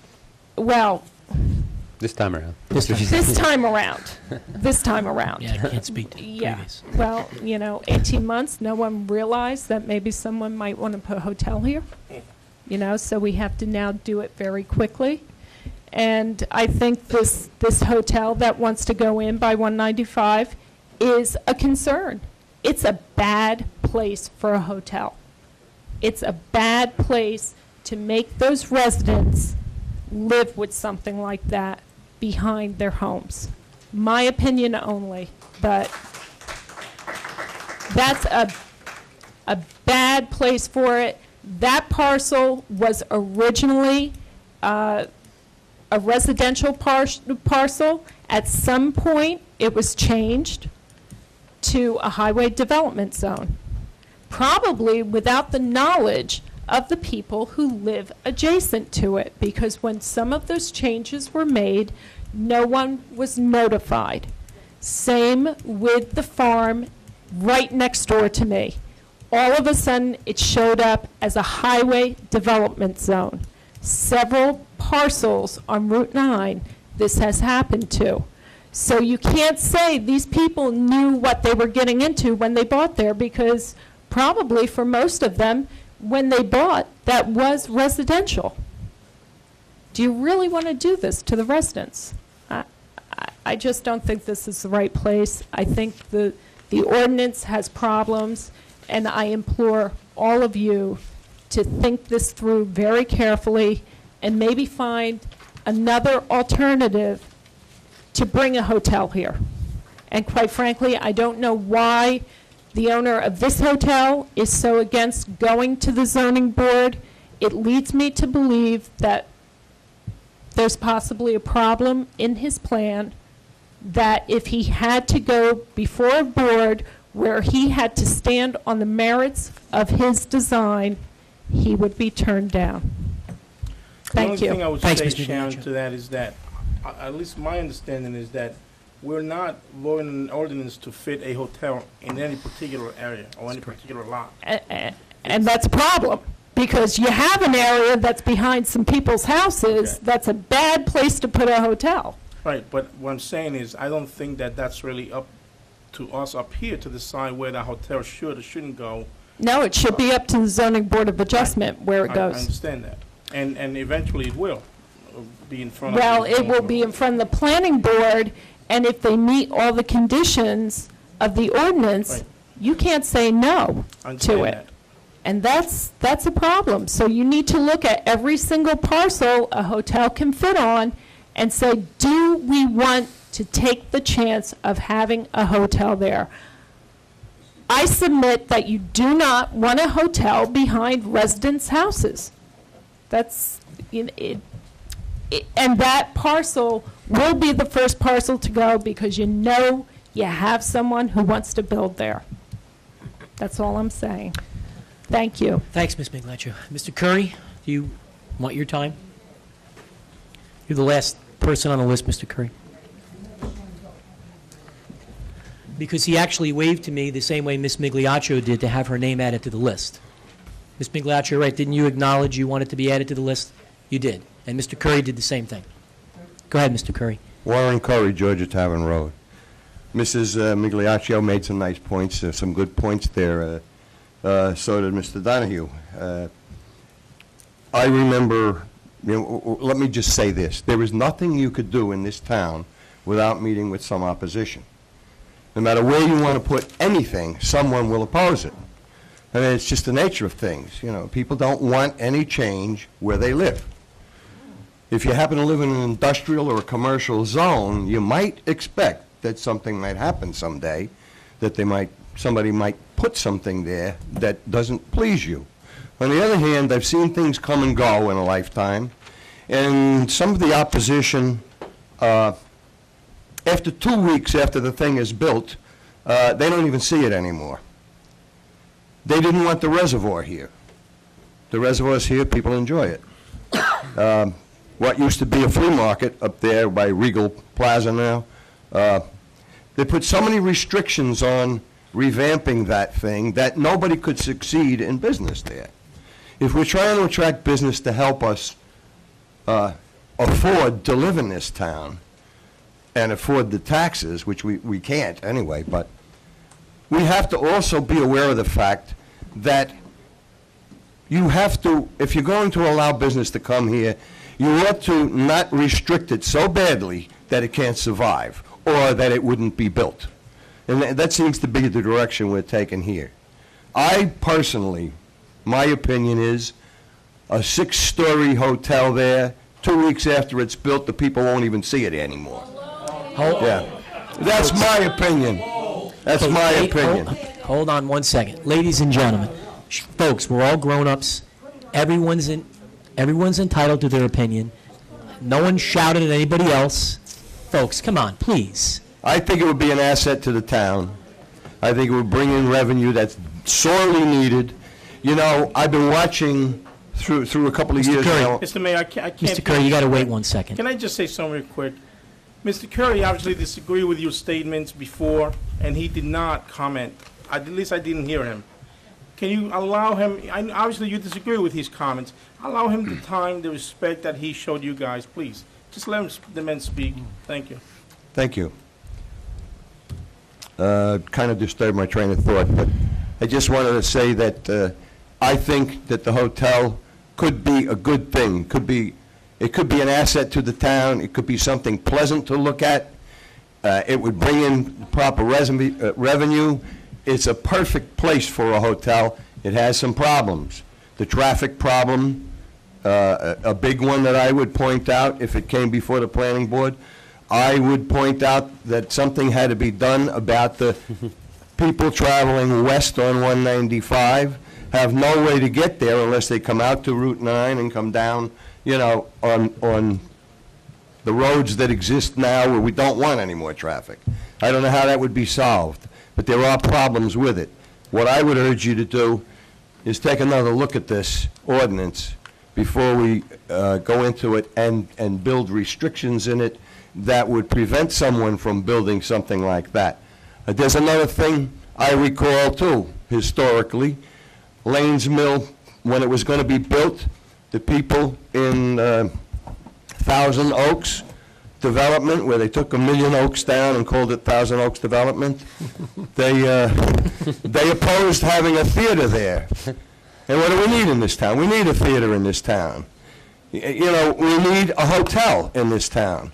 We don't need another residence for undesirables. There's such a thing in this town? Undesirable people? People in the back probably think I am. That's okay. I can stand that. I just think that you ought to take another look at this and look at it, look at the merits, and stop restricting and putting in this, that, and the other thing that says they have to comply with this, that, and the other thing, where someone would just go away after a while. If we want business here, we have to allow it to succeed. Certainly, you got to put controls on it. But I would urge you to take another look at this ordinance and go back and really fine-tune it so that something good could happen in this town. I'm tired of us being short-sighted, not allowing anything to happen, not wanting any change. There's only one thing in life that's constant, and that's change. Let's put the change where it has to go and keep the residents residential. But if you live in an industrial zone, you're going to have to expect something. Okay, folks, please, ladies and gentlemen, everyone had their chance to speak. We gave everybody more than the amount of time that we had accounted for in the meeting, and I would just ask that you refrain from shouting out. It's not the way we're trying to run this meeting. It's not the way we're trying to run this township. Everyone will have a chance to be heard. And if you disagree with somebody, you're certainly entitled to do it and come back the next time you get up and make the counterpoint. But we really need to get a hold of ourselves in these meetings. I'd just like to say that I understand where the people in the back are coming from, the local residents around there. I understand their feelings about it. I don't dislike them for it. I don't hate them for it. I hope they don't dislike or hate me because I oppose their opinion. Thank you. Thank you, Mr. Curry. We're going to take a 5-minute recess. Also, for those that were here to talk about the budget, we will not have time to get to the budget this evening because of the extension of the public participation. We're going to take a 5-minute recess. Back on. Call the council's attention to consent agenda items. Where are we, by the way? Before we do that, we are on, well, we're just getting started. It's 10:34, we're just getting started. Okay. We're on consent agenda items. He'll come. We got 3 people. We got so 3 we're- people. And, folks, would you, sorry. Close the door. Mrs. Dixell? Okay. All right, I see that we've got some items to be added on. Mr. Davis, would you please walk us through the add-on process, sir? Yes, sir. You have an ordinance which would be 9.4. And we'll get to 9, let's just do the resolutions first. I know, but I'm Okay. just going through what's on the list. Gotcha. You have a 9B12 through 9B34 are add-ons. 33 and 34 up on the table. We did actually remove, I think, 9B27 and 9B26, or we want to not have them added on. Yeah, I think that we did, were they, is that right? 26 was water and 27 was sewer, Mr. Davis? Yeah. All right, so we're not adding on 9B26 or they were 9B27. Was there, I think Is there- Bobby brought up another one. What was the other one, Bob? Are there any other items that need to be extracted? I personally did not bring it up, Councilman Tabasco, but I'm trying to remember. I'm trying to think that somebody else brought up another one also, but it wasn't myself. And I'm looking it over, I don't know which one it was. Grattan, would you please close the door behind you? Mrs. Grattan, would you please close the door behind Is you? this the sewer and Thank water you. ones? The sewer, Yeah, 26 and In 20. What was wrong with those? yeah, I don't think we pulled, no, we didn't pull 20 and 25. There was a question, but There I were don't think- questions Well, on someone those. questioned that it was They were duplicates. explained that they were not duplicates. Okay. yes. The items removed were brought up by Mr. Marciniak, and they were 9B26 and 27. So Anything else? That might have been the only 2 then. They were the only 2. Okay, I'd ask the council to, or councilman to make a motion, please, to add on the add-ons in front of us, accepting. All right, so I'll move that 26 we and add 27. on ordinance number 984 and resolutions 9B12 through 9B34, but excluding 9B26 and 9B27, that they not be added on, those 2 particular ones. And also, I think it's saying we need to add on motions 9C3 to 9C8 as well. That is correct. Could we have a motion? We need a second. Make a motion, Mr. President? Yes. He did. I'll second it. A motion and a second. Are there any remarks with respect to the add-ons? Hearing none, roll call, please. Mr. Malavey is absent the room. Mr. Correct. Tabasco? Yes. Mr. Walsh? Yes. Mayor DeBella? Yes. All right, sir. Okay. I would ask that now that those items have been added on, call the council's attention to those items marked consent agenda resolution. Those are the items that we have already talked about in workshop, including those items that we've added on this evening. Are there any? You know what? Let me please ask first for a motion. I will move that we approve all the add-on items that we, and the rest of the consent agenda items. Okay. We have a motion. We have a second. Okay. Under discussion, are there any items that need separate votes? I would just say for the record, in 45 seconds or less, Jeff, just explain what deferred school taxes are so we don't get any feedback on that. In 45 seconds, we collect school taxes on a calendar year basis. This is cash in the bank we have pre-collected. We are allowed to defer it so that we can give it back to the taxpayers in the form of tax relief. That was 11 seconds. Thank you very much. Okay. Any items that need a separate vote? Okay, hearing none, there'll be no separate votes. We have a motion, we have a second. Are there any additional remarks or comments? I don't know that do we have a second? We did. Mr. Walsh seconded it. Did you not, sir? Yes. Okay, it was Mr. Tabasco, Mr. Walsh. Sorry, man. That's okay. Any other comments? All right, hearing none, roll call, please. Mr. Malavey, absent the room. Mr. Tabasco? Yes. Mr. Walsh? Yes. Mayor DeBella? Yes. All Call the right. council's attention to 9A1 00623. We are going to, or at least we discussed, pulling this item until such time as some corrections can be made in addition to some add-on comments. I would respectfully request that a member of the council please make a motion to have this removed for consideration from tonight. I motion that we remove 9A1 from the agenda for tonight and not be introduced. Okay? Mr. Walsh? Second. Motion and a second. Any additional remarks? Hearing none, roll call, please. Mr. Tabasco? Yes. Mr. Walsh? Yes. Mayor DeBella? Yes. Call the council's attention, 982, this is 00624, the 2006 cap and cap bank ordinance. This ordinance increases the 2006 cap cost of living adjustment limit to 2.5 to 3.5. We will introduce this evening, slated for a public hearing and adoption on or about June the 13th. Member of the council. Motion to introduce please ordinance proceed. number 06-24 on first reading by title and to order the same to be published in full in the May 19th, 06 issue of the Asbury Park Press, together with notice of its introduction and passage in first reading by title, and that will be further considered for final passage after public hearing and a meeting of the Township Council to be held on June 13, 06 at 8 p.m. prevailing time in the municipal building. Need a second. We need a second, please. Second. We have a motion and a second. Are there any remarks? Hearing none, roll call, please. I'll read the title first. I'm sorry, Mr. Davis, read the title. Ordinance to exceed the municipal budget appropriation limits and to establish a cap bank in accordance with NJSA 48:4-45.14. Okay, roll call, please. You want any remarks first? Absent the Hold on one second. Were there any remarks? I'm sorry. Yeah, I just have one, and again, it's just an explanatory thing in 20 seconds or less. From what I understand, and Jeff, you can correct me if I'm wrong, this year we're probably not going to approach the ceiling for the cap, and we can bank up to 2 years' worth of dollars that we don't actually exceed in years. So just to protect next year and the year after, that's why we're passing this motion. Okay. Or It introducing is a this way of carrying forward. It will, if we don't use it, will eventually lapse at the end of 2 years, but certainly it's something that we would want to leave the option open if we need the cap in either of the next 2 years. Good. Okay, roll call, please. Would you like to add something to that? I'm sorry? Mr. Filiotto, would you like to add anything to that? Mr. Gowan?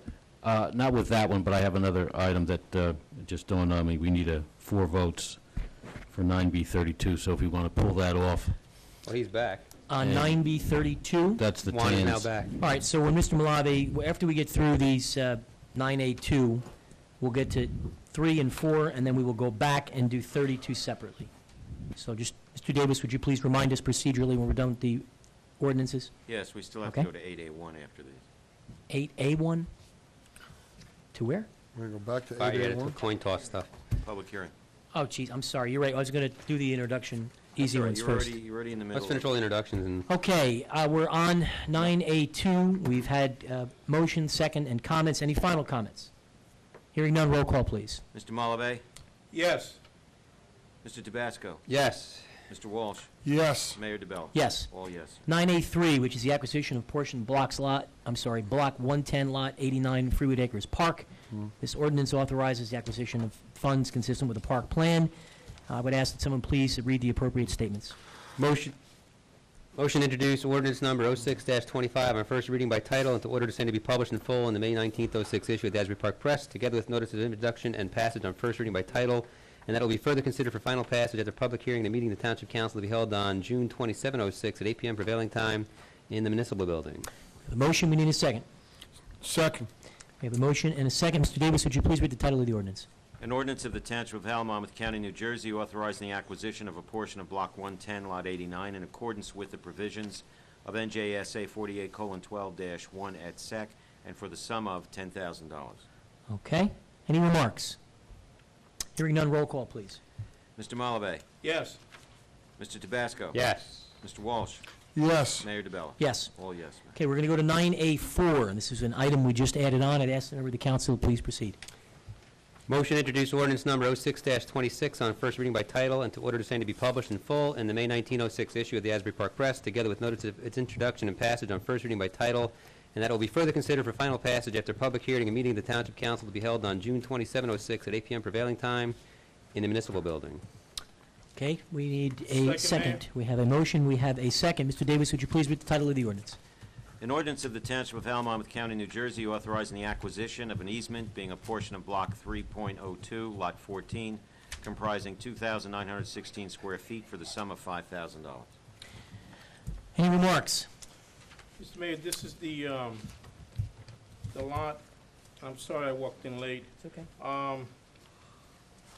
On Newton's Corners Road, this is in, that's gonna allow us to put the light up on Newton's Corners Road, the four-way stop sign? I believe it is, Ms. Morelli. Okay. Okay. Hearing no additional remarks, roll call, please. Mr. Malabay? No. Mr. Tabasco? Yes. Mr. Walsh? Yes. Mayor DeBella? Yes. Okay, call the council's attention to 8A1. We are introducing, actually, this was introduced on the 25th, and we're going to have our public hearing and potentially an adoption this evening. Accordingly, ordinance number 00622, introduced and passed on first reading on 4/25/06 and published according to law, is now being taken upon for further consideration in a public hearing. Affidavit of the publication of this ordinance in the Asbury Park Press issue of April 28th, 06 is submitted, and is noted that a copy of the ordinance has been posted on the bulletin board in the municipal building, and the copies were available to the general public upon request. Mr. Davis, would you kindly read the title of the ordinance? Yes, sir. An ordinance of the Township of Howell, Monmouth County, New Jersey, providing for a procedure for Howell Township volunteer fire departments and first aid squads desiring to hold coin toss fundraising along roadways within the township. Okay, I'm going to open up the meeting to the public for anyone who'd like to be heard making comments for or against, God bless you, final adoption of this particular ordinance. Anyone who would like to be heard on this particular matter, please come forward. Anyone who'd like to be heard, please come forward. Let the record reflect that no one is asked to be recognized on this issue. I'm going to close the public portion. I'd ask the member of the council to proceed. Motion that ordinance number 06-22 be finally passed and adopted, and that notice of its passage and adoption be published in the May 1906 issue of the Asbury Park Press by reference to its title only. We have a motion and a second. Second. We have a second. Are there any additional remarks from the council? I just want to make sure that this was the one that we went back to the first aid squads and so forth, and Is that a yes, Mr. Chernetsky? That's correct. It is correct. Good. Yes, sir. Okay. and they were in agreement with this final adoption. Yes, sir. Okay. Okay. Roll Can I call. say I'm sorry. something? Go ahead, sir. Part of the issue here was on Route 9, and is that eliminated? No, it's not eliminated. It's any coin toss on any road is now regulated according to the state standards. But it's Okay. not eliminated, no. It's just regulated. And the state police department as well. And New Jersey DOT. And they've all been alerted that we were changing the ordinance? It follows the standard language. Okay, thank you. Great. Roll call. Mr. Malabay? Yes. Mr. Tabasco? Yes. Mr. Walsh? Yes. Mayor DeBella? Yes. Call the Yes. council's attention back to 9B32. We need at least a four-vote plurality with respect to the authorization of issuance and the tax sale anticipation notes that we've talked about earlier this evening for the Board of Education monies. We need to re-vote on this. I'd ask that a member of the council please make a motion. Motion and resolution 9B32 be passed. We need a second. Second, Mayor. A motion and a second. Are there any additional remarks? Hearing none, roll call, please. Mr. Malabay? Yes. Mr. Tabasco? Yes. Mr. Walsh? Yes. Mayor DeBella? Yes. Call the council's attention to discussion item 10. We will not be discussing the municipal budget tonight. It is the recommendation of the manager and the CFO that we introduce the budget as is temporarily presented at our May 23rd meeting. We will introduce it with full acknowledgement that it is clearly not finalized and warrants further and final substantive discussion, but we have a procedural requirement pursuant to the timeline to adopt this budget so that we can be compliant with state law. So unless the council would prefer to stay this evening, we will instead introduce this on the 23rd, which will then afford us time on what night for comments? Okay, I will ask the Please. finance officer to spell out the proposed process. Process there, between introduction and adoption, there is a 28-day statutory period of time, which is what we want to start the clock running. So if we introduce next week at our special advertised meeting, May 23rd, which will probably be a 15, 20-minute meeting, that starts the clock running. You can then have as many meetings as you wish, workshop meetings, to further discuss the budget between then and the proposally June 20th, which would be public hearing date on the budget. At that point in time, any changes that you make between the 23rd of May and the 20th of June would be reflected in the form of a resolution amending the budget. Oh, Okay, fine. good. But then, yes, depending on the amendment, and I anticipate it would be a substantial amendment, then there is an advertising and a public hearing that would have to be done on the amendment. Good. Within 7 days of the 20th. Okay. Will you kindly, I'm sorry, go ahead, Mr. Vasco. Of June 20th you're talking about? Yes. Okay. Would you kindly have someone, whoever the right authority is, just put that in a memorandum to the council, Mrs. Showmaker being absent the chamber tonight, if we can just make certain she gets that detail as well, knowing that we went a little beyond this evening. So that's item under discussion. Our special meeting on the, it's listed here as a special meeting on May 23rd. That's the budget. And that's obviously when we're going to do what you gentlemen just talked about, and we'll talk about it further. We have our workshop on the 13th. We have public participation on the 20th. We have our regular meeting on the 27th. The primary election is on Tuesday, June the 6th. This Thursday evening in Lakewood is Howell night at the Blue Claws. We have no additional business, but I'm going to entertain any comments since we didn't get to council reports. Since there's very few people here, I have one comment.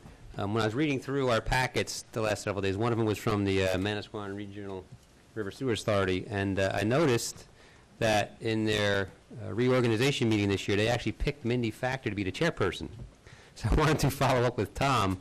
I know at one point we had gotten back from you, Tom, that the authority didn't really care that Mindy Factor was not a resident of Howell Township. But what, She's a resident. Oh, well, that ends the discussion. She's a resident. But what we did was make it prospective anyway, that you had to be a resident based on the ordinance, and that you have to do a certification that you remain a resident. But she kind of got grandfathered and then she became a resident anyway. Good, okay. Mr. So she Malabi, became a resident again? Mr. Malabi, any comments? Nothing, sir? Just June 13th, I will not be here. Okay. I just have a quick question for Jeffrey. Jeffrey, I called you earlier about some questions as it relates to the Howard First Aid Squad. You don't have to give me any answers right now, but if you could give us an answer so that we can entertain your answers for the next budget hearing, I would appreciate it. The answer is yes, it is possible to do. Is that Okay, timely good. enough? So I could bring that up at the next budget hearing? Yes, you can. I could do that. Yes. I don't have to bring it up tonight, in other words. No, you Okay. can I'd rather do it not at bring budget up workshop. tonight. Okay, good. Thank Okay. you. Mr. DeBasco, anything else? No. Mr. Walsh? I'd like to add a few things. Speaking of, over at DPW to various workers, a lot of citizens of Howell have been asking them what roads are being fixed when they're out working on the roads or in various, wherever they are doing different things in the township. I would like to see that a lot of the workers have access so that they know what roads are being fixed and when, so they can answer the question if they're just there. I had a couple say to me, Bob, I'd love to answer if I knew. I wonder why they didn't know. I believe that, their superiors have the list, so they should. But I would like, Tom, would you look into that and see that they? So maybe make like a Don't get a pocket list? card to leave in the trucks? I would also like, I spoke to Tom, and I spoke to our manager, and I spoke to Aline. I would like us to step up the volume a little bit on that softball for the special needs kids between the Little League Township. I'd like to pick up the volume. If you need me to, I'll pick up the volume, but I'd like to get some answers so we can get it started. I think it'd be a very good thing for the young children and for the community. You see how the community rallies around something like this, and people chip in from all over helping the special needs children. It's a special thing that could help to bring this community together a little bit. Mayor, with your council's permission, I'd like to list that item for discussion on our June 13th meeting. Do it. And invite the recreation director to come here and give a general outline of how we're going to proceed. Good. If that's okay. Anything else, Mr. Walsh? Yeah, on another note with, we've spoken before in the past about child safety, and something that was on the internet yesterday with somebody going onto MySpace and looking up a child who's 11 years old and putting it on the internet here in Howell, to me is just beyond comprehension. I just got back from South Carolina with a friend whose daughter got killed 8 years ago by the neighbor who was 17 and she was 11. And I'd really like a police investigation into this. I want to know who it was. I believe it needs to be looked into. an anonymous post going into MySpace and pulling out things about an 11-year-old child, and then putting that child's information of their web address on a website here in Howell, a Better Howell, New Jersey. It just blows me away. Is that right? Yes, I believe anybody who goes on to MySpace and pulls things about a child is a predator. There is no call for it. There's no explanation for it. And if we are not going to, I believe we have to take every avenue we can to protect the children in this community.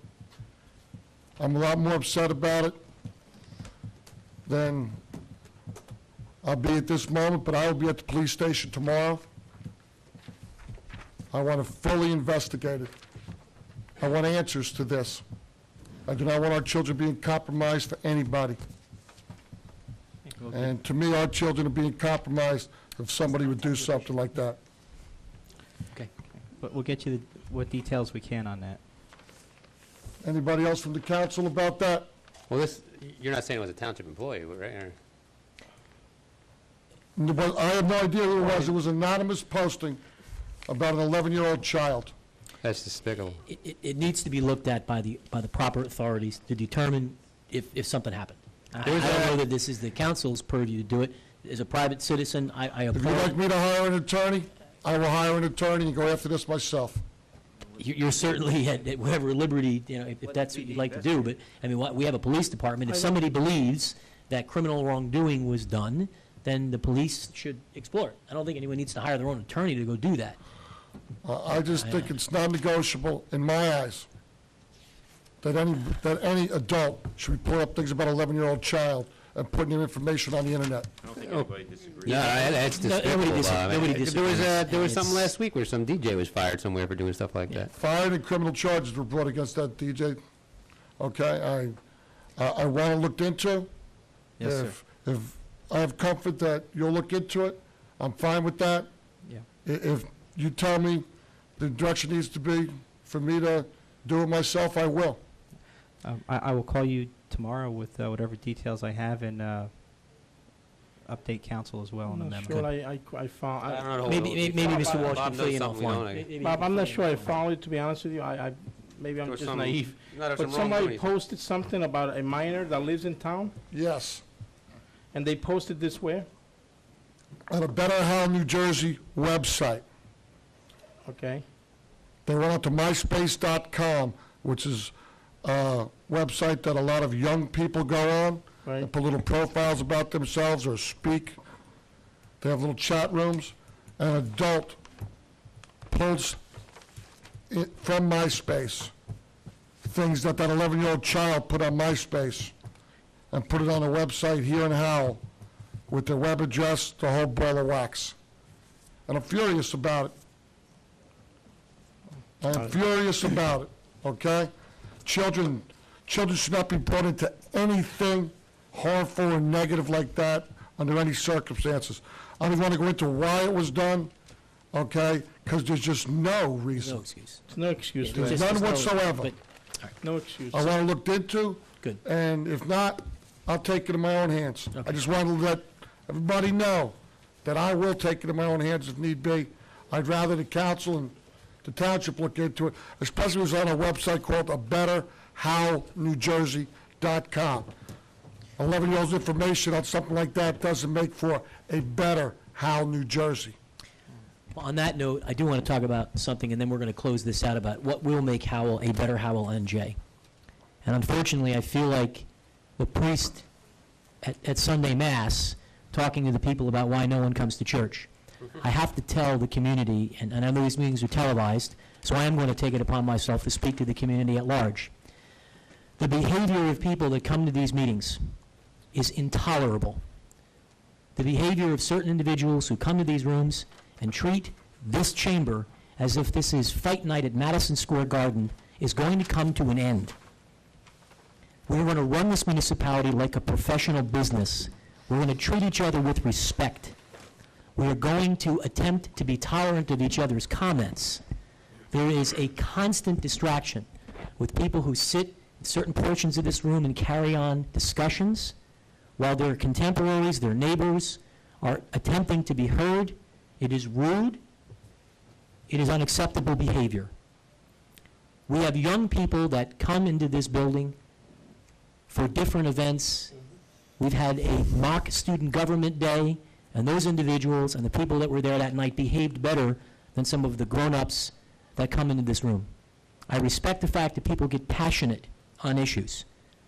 No one is a greater fan of free speech and affording people an opportunity to speak at these meetings than I have been.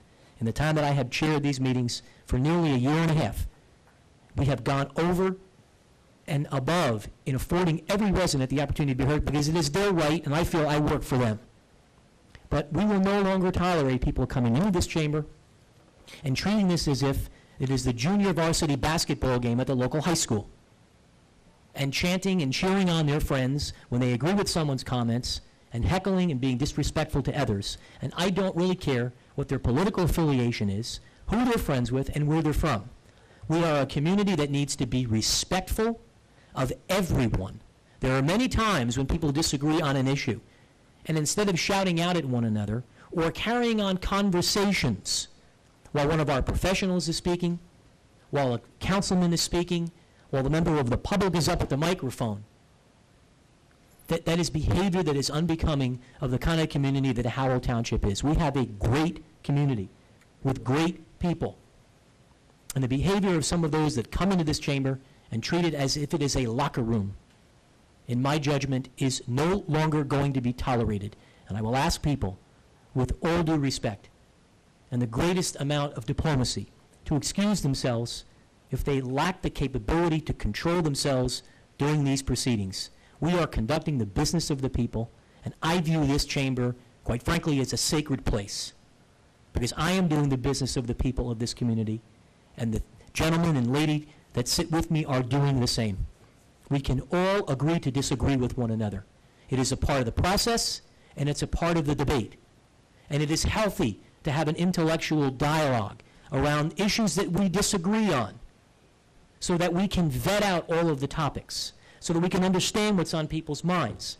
But we can't do it when there is a level of intolerance that exists where some people are shouted over, or some people snicker and chuckle and act in a way that is unbecoming of how people should behave in this forum. And I'm putting the council on notice as well, and I'm going to ask for your support, that when that happens, I'm going to stop the meeting, and I'm going to ask whoever the individual is to excuse themselves until such time as they can come back into these chambers and behave in a way that is respectful to our democracy, is respectable to their neighbors, and is respectable to this government. And I don't think that's a lot to ask for. I'll entertain a motion to adjourn. So moved. Second?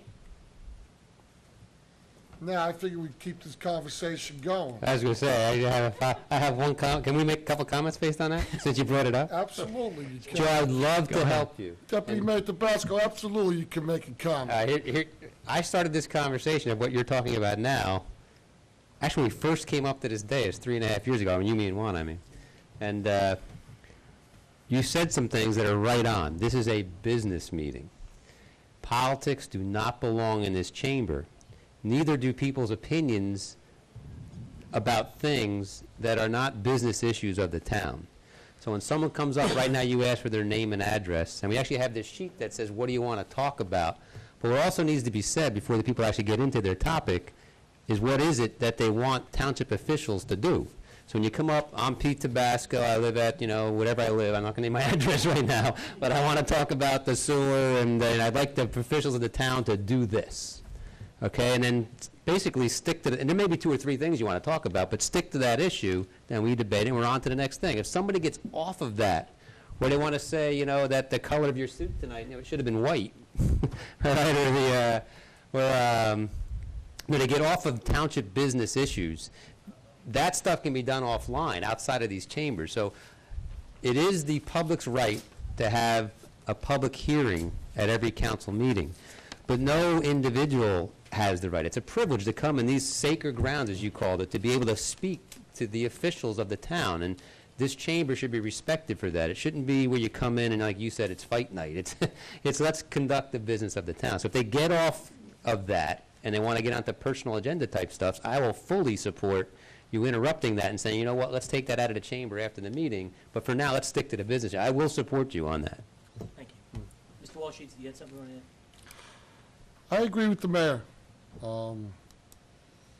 Somehow this hostility in this town must stop. I mean, we're all in this town together. We're all trying to make it a better community. We're raising children. Some are past that age, and they're just, living out their retirements here. But I think we all care about this community. I'll tell you honestly, I'm not proud of every action I've ever made up here. Sometimes I get caught up in the moment, get a little bit angry. I just have a lot of passion for Howell. Sometimes that could be a fault. But the hostility in this town needs to stop. I mean, any way legally we can stop the hostility towards each other, it really does need to. And even in this room, I mean, common respect that we were taught since we were young. Not a whole lot to it.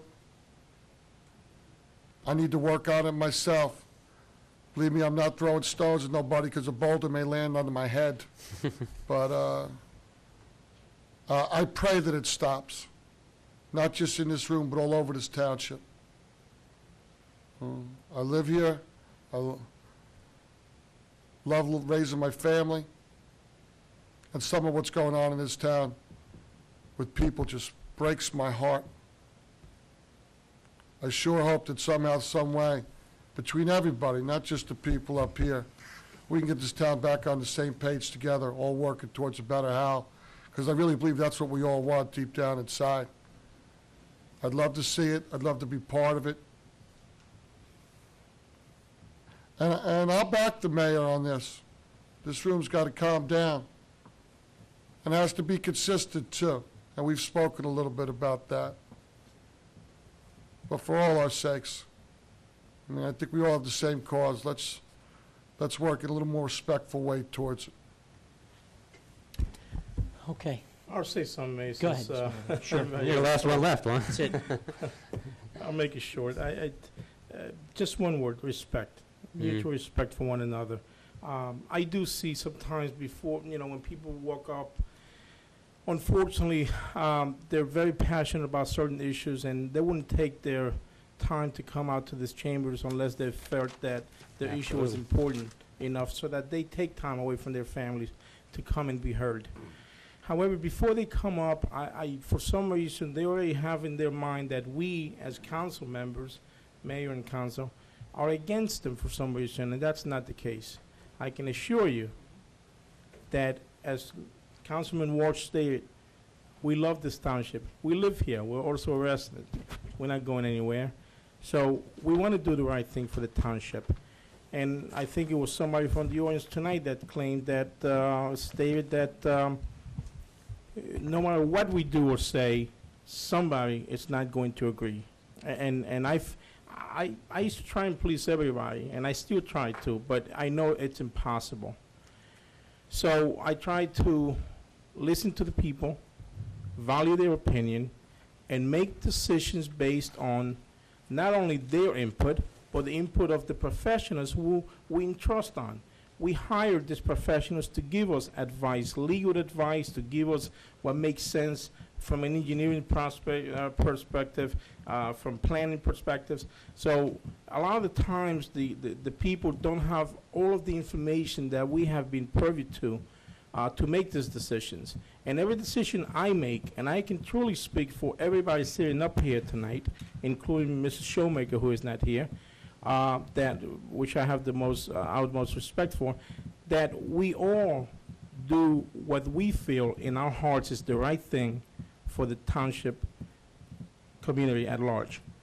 I state one thing, I keep repeating myself, I know, but the day after I got elected, I went home and I told my wife that I was no longer a Republican.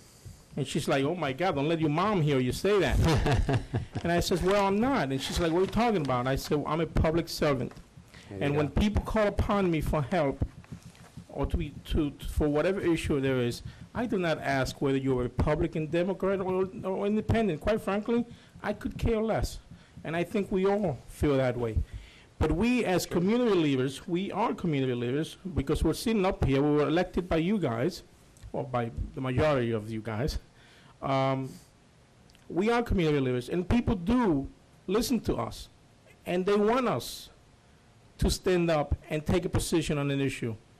And I think it's upon us ourselves here, us sitting up here, Republicans, Independents, Democrats, whatever we may want to be, because I'll be honest with you, a lot of this stuff that comes here, the anger that comes to these chambers, it's political driven. A lot of it is. A lot of it is. Not all of it. But a lot of it, it's political driven. And that has to stop. There should be no political agendas here in these chambers whatsoever from any party. And I will be sitting up there come January 1st, and I will be watching this council, this mayor and council, and I will be getting up there and telling them when they get political, excuse me, you're not doing my work, you're not doing the township's business. I will remind them of that. I have never, ever since I've been up here, almost 4 years now, made a political statement from these chambers, and I won't. This is not about politics, and unfortunately, every township is very political, but for some reason, this township is more than most. For some reason, it's just very political, and we all sometimes we say things, and like Councilman Ward stated, that we are not proud of up here, and we take it back, we apologize, we move on, and sometimes we do get caught up in the heat of the moment, and we say things that out of anger or whatever. We're human, you know. We do make mistakes, and I do see some of the public, which to me it's offensive when they come up, and before they even open their mouth, you can see in their face and their expressions the anger, and that towards us for whatever reason.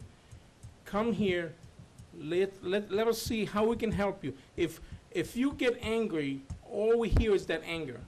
We don't hear the context of what you're saying. All we're concentrating on is the sound bites, the anger. And that's not the right thing to do. I agree with Mr. Walsh, Mayor Bella, and Councilman Tabasco. We have to come together as a community and stop this nonsense, stop the political games. There's no reason for that. There will be time, and there's a time and a place for that, but not here, not in these chambers. So I'm going to ask the people, and I know a lot of people watch this TV show, the council meetings on Channel 77, to please, you come up here, allow us and give us the respect that we do deserve. And I always say, you know, sometimes I don't agree with a police officer or a whoever, but you know what? I respect that position. I respect the uniform. I respect the badge. I may not agree with the mayor all the time. As a matter of fact, I don't agree with the mayor all the times. We have great debate. But I respect the mayor for being the mayor. I never direct him as Joey or Joe or anybody like that. I always say Mr. Mayor. And when Mr. Konopka was here, Mayor Konopka was here, I always directed towards him as Mayor Konopka, because to me, that's respect. That chair wants the respect. And that doesn't mean I agree with them all the times. I surely don't, and I'm sure he doesn't agree with me either all the times. And that's great, because that makes a debate, and that's what people want to see. People don't want to see here a 5-0 vote on every issue, because quite frankly, I feel we wouldn't be doing the business of the township if it was all the time 5-0. And I know I speak a lot. I know it's late. I want to go home. Just have a great night, guys, and think about this, because we all love this community. Nobody wants to harm this community. Certainly not us up here, that's for sure. Mr. Chudnetsky, is there any additional business that you need us to take action on this evening? No, I just want to remind you that on Monday night, we're having a workshop with respect to the Freewood Acres Park. And, that is here? 7:30? No, at the library. 7:30 at the library. 7 o'clock. So that's the discussion on So the Freewood it's 7, Acres it's Park. not 7:30. 7 o'clock. Right, at the library. And just two quick Go right ahead, notes. You might have noticed that the bus shelters came into the Aldrich Road Park. Certainly did. Thank you. I know it took a while, but I do want to acknowledge Mr. Davis, who negotiated those free absolutely stops for us. And He deserves lastly- all the credit because he did negotiate getting those for free. He did. So, thank you, Mr. And, Davis. you know, it was just a very slow vendor, I will tell you that. And then finally, I'd just like to congratulate Mr. Filiatro. He's now a first-time grandparent.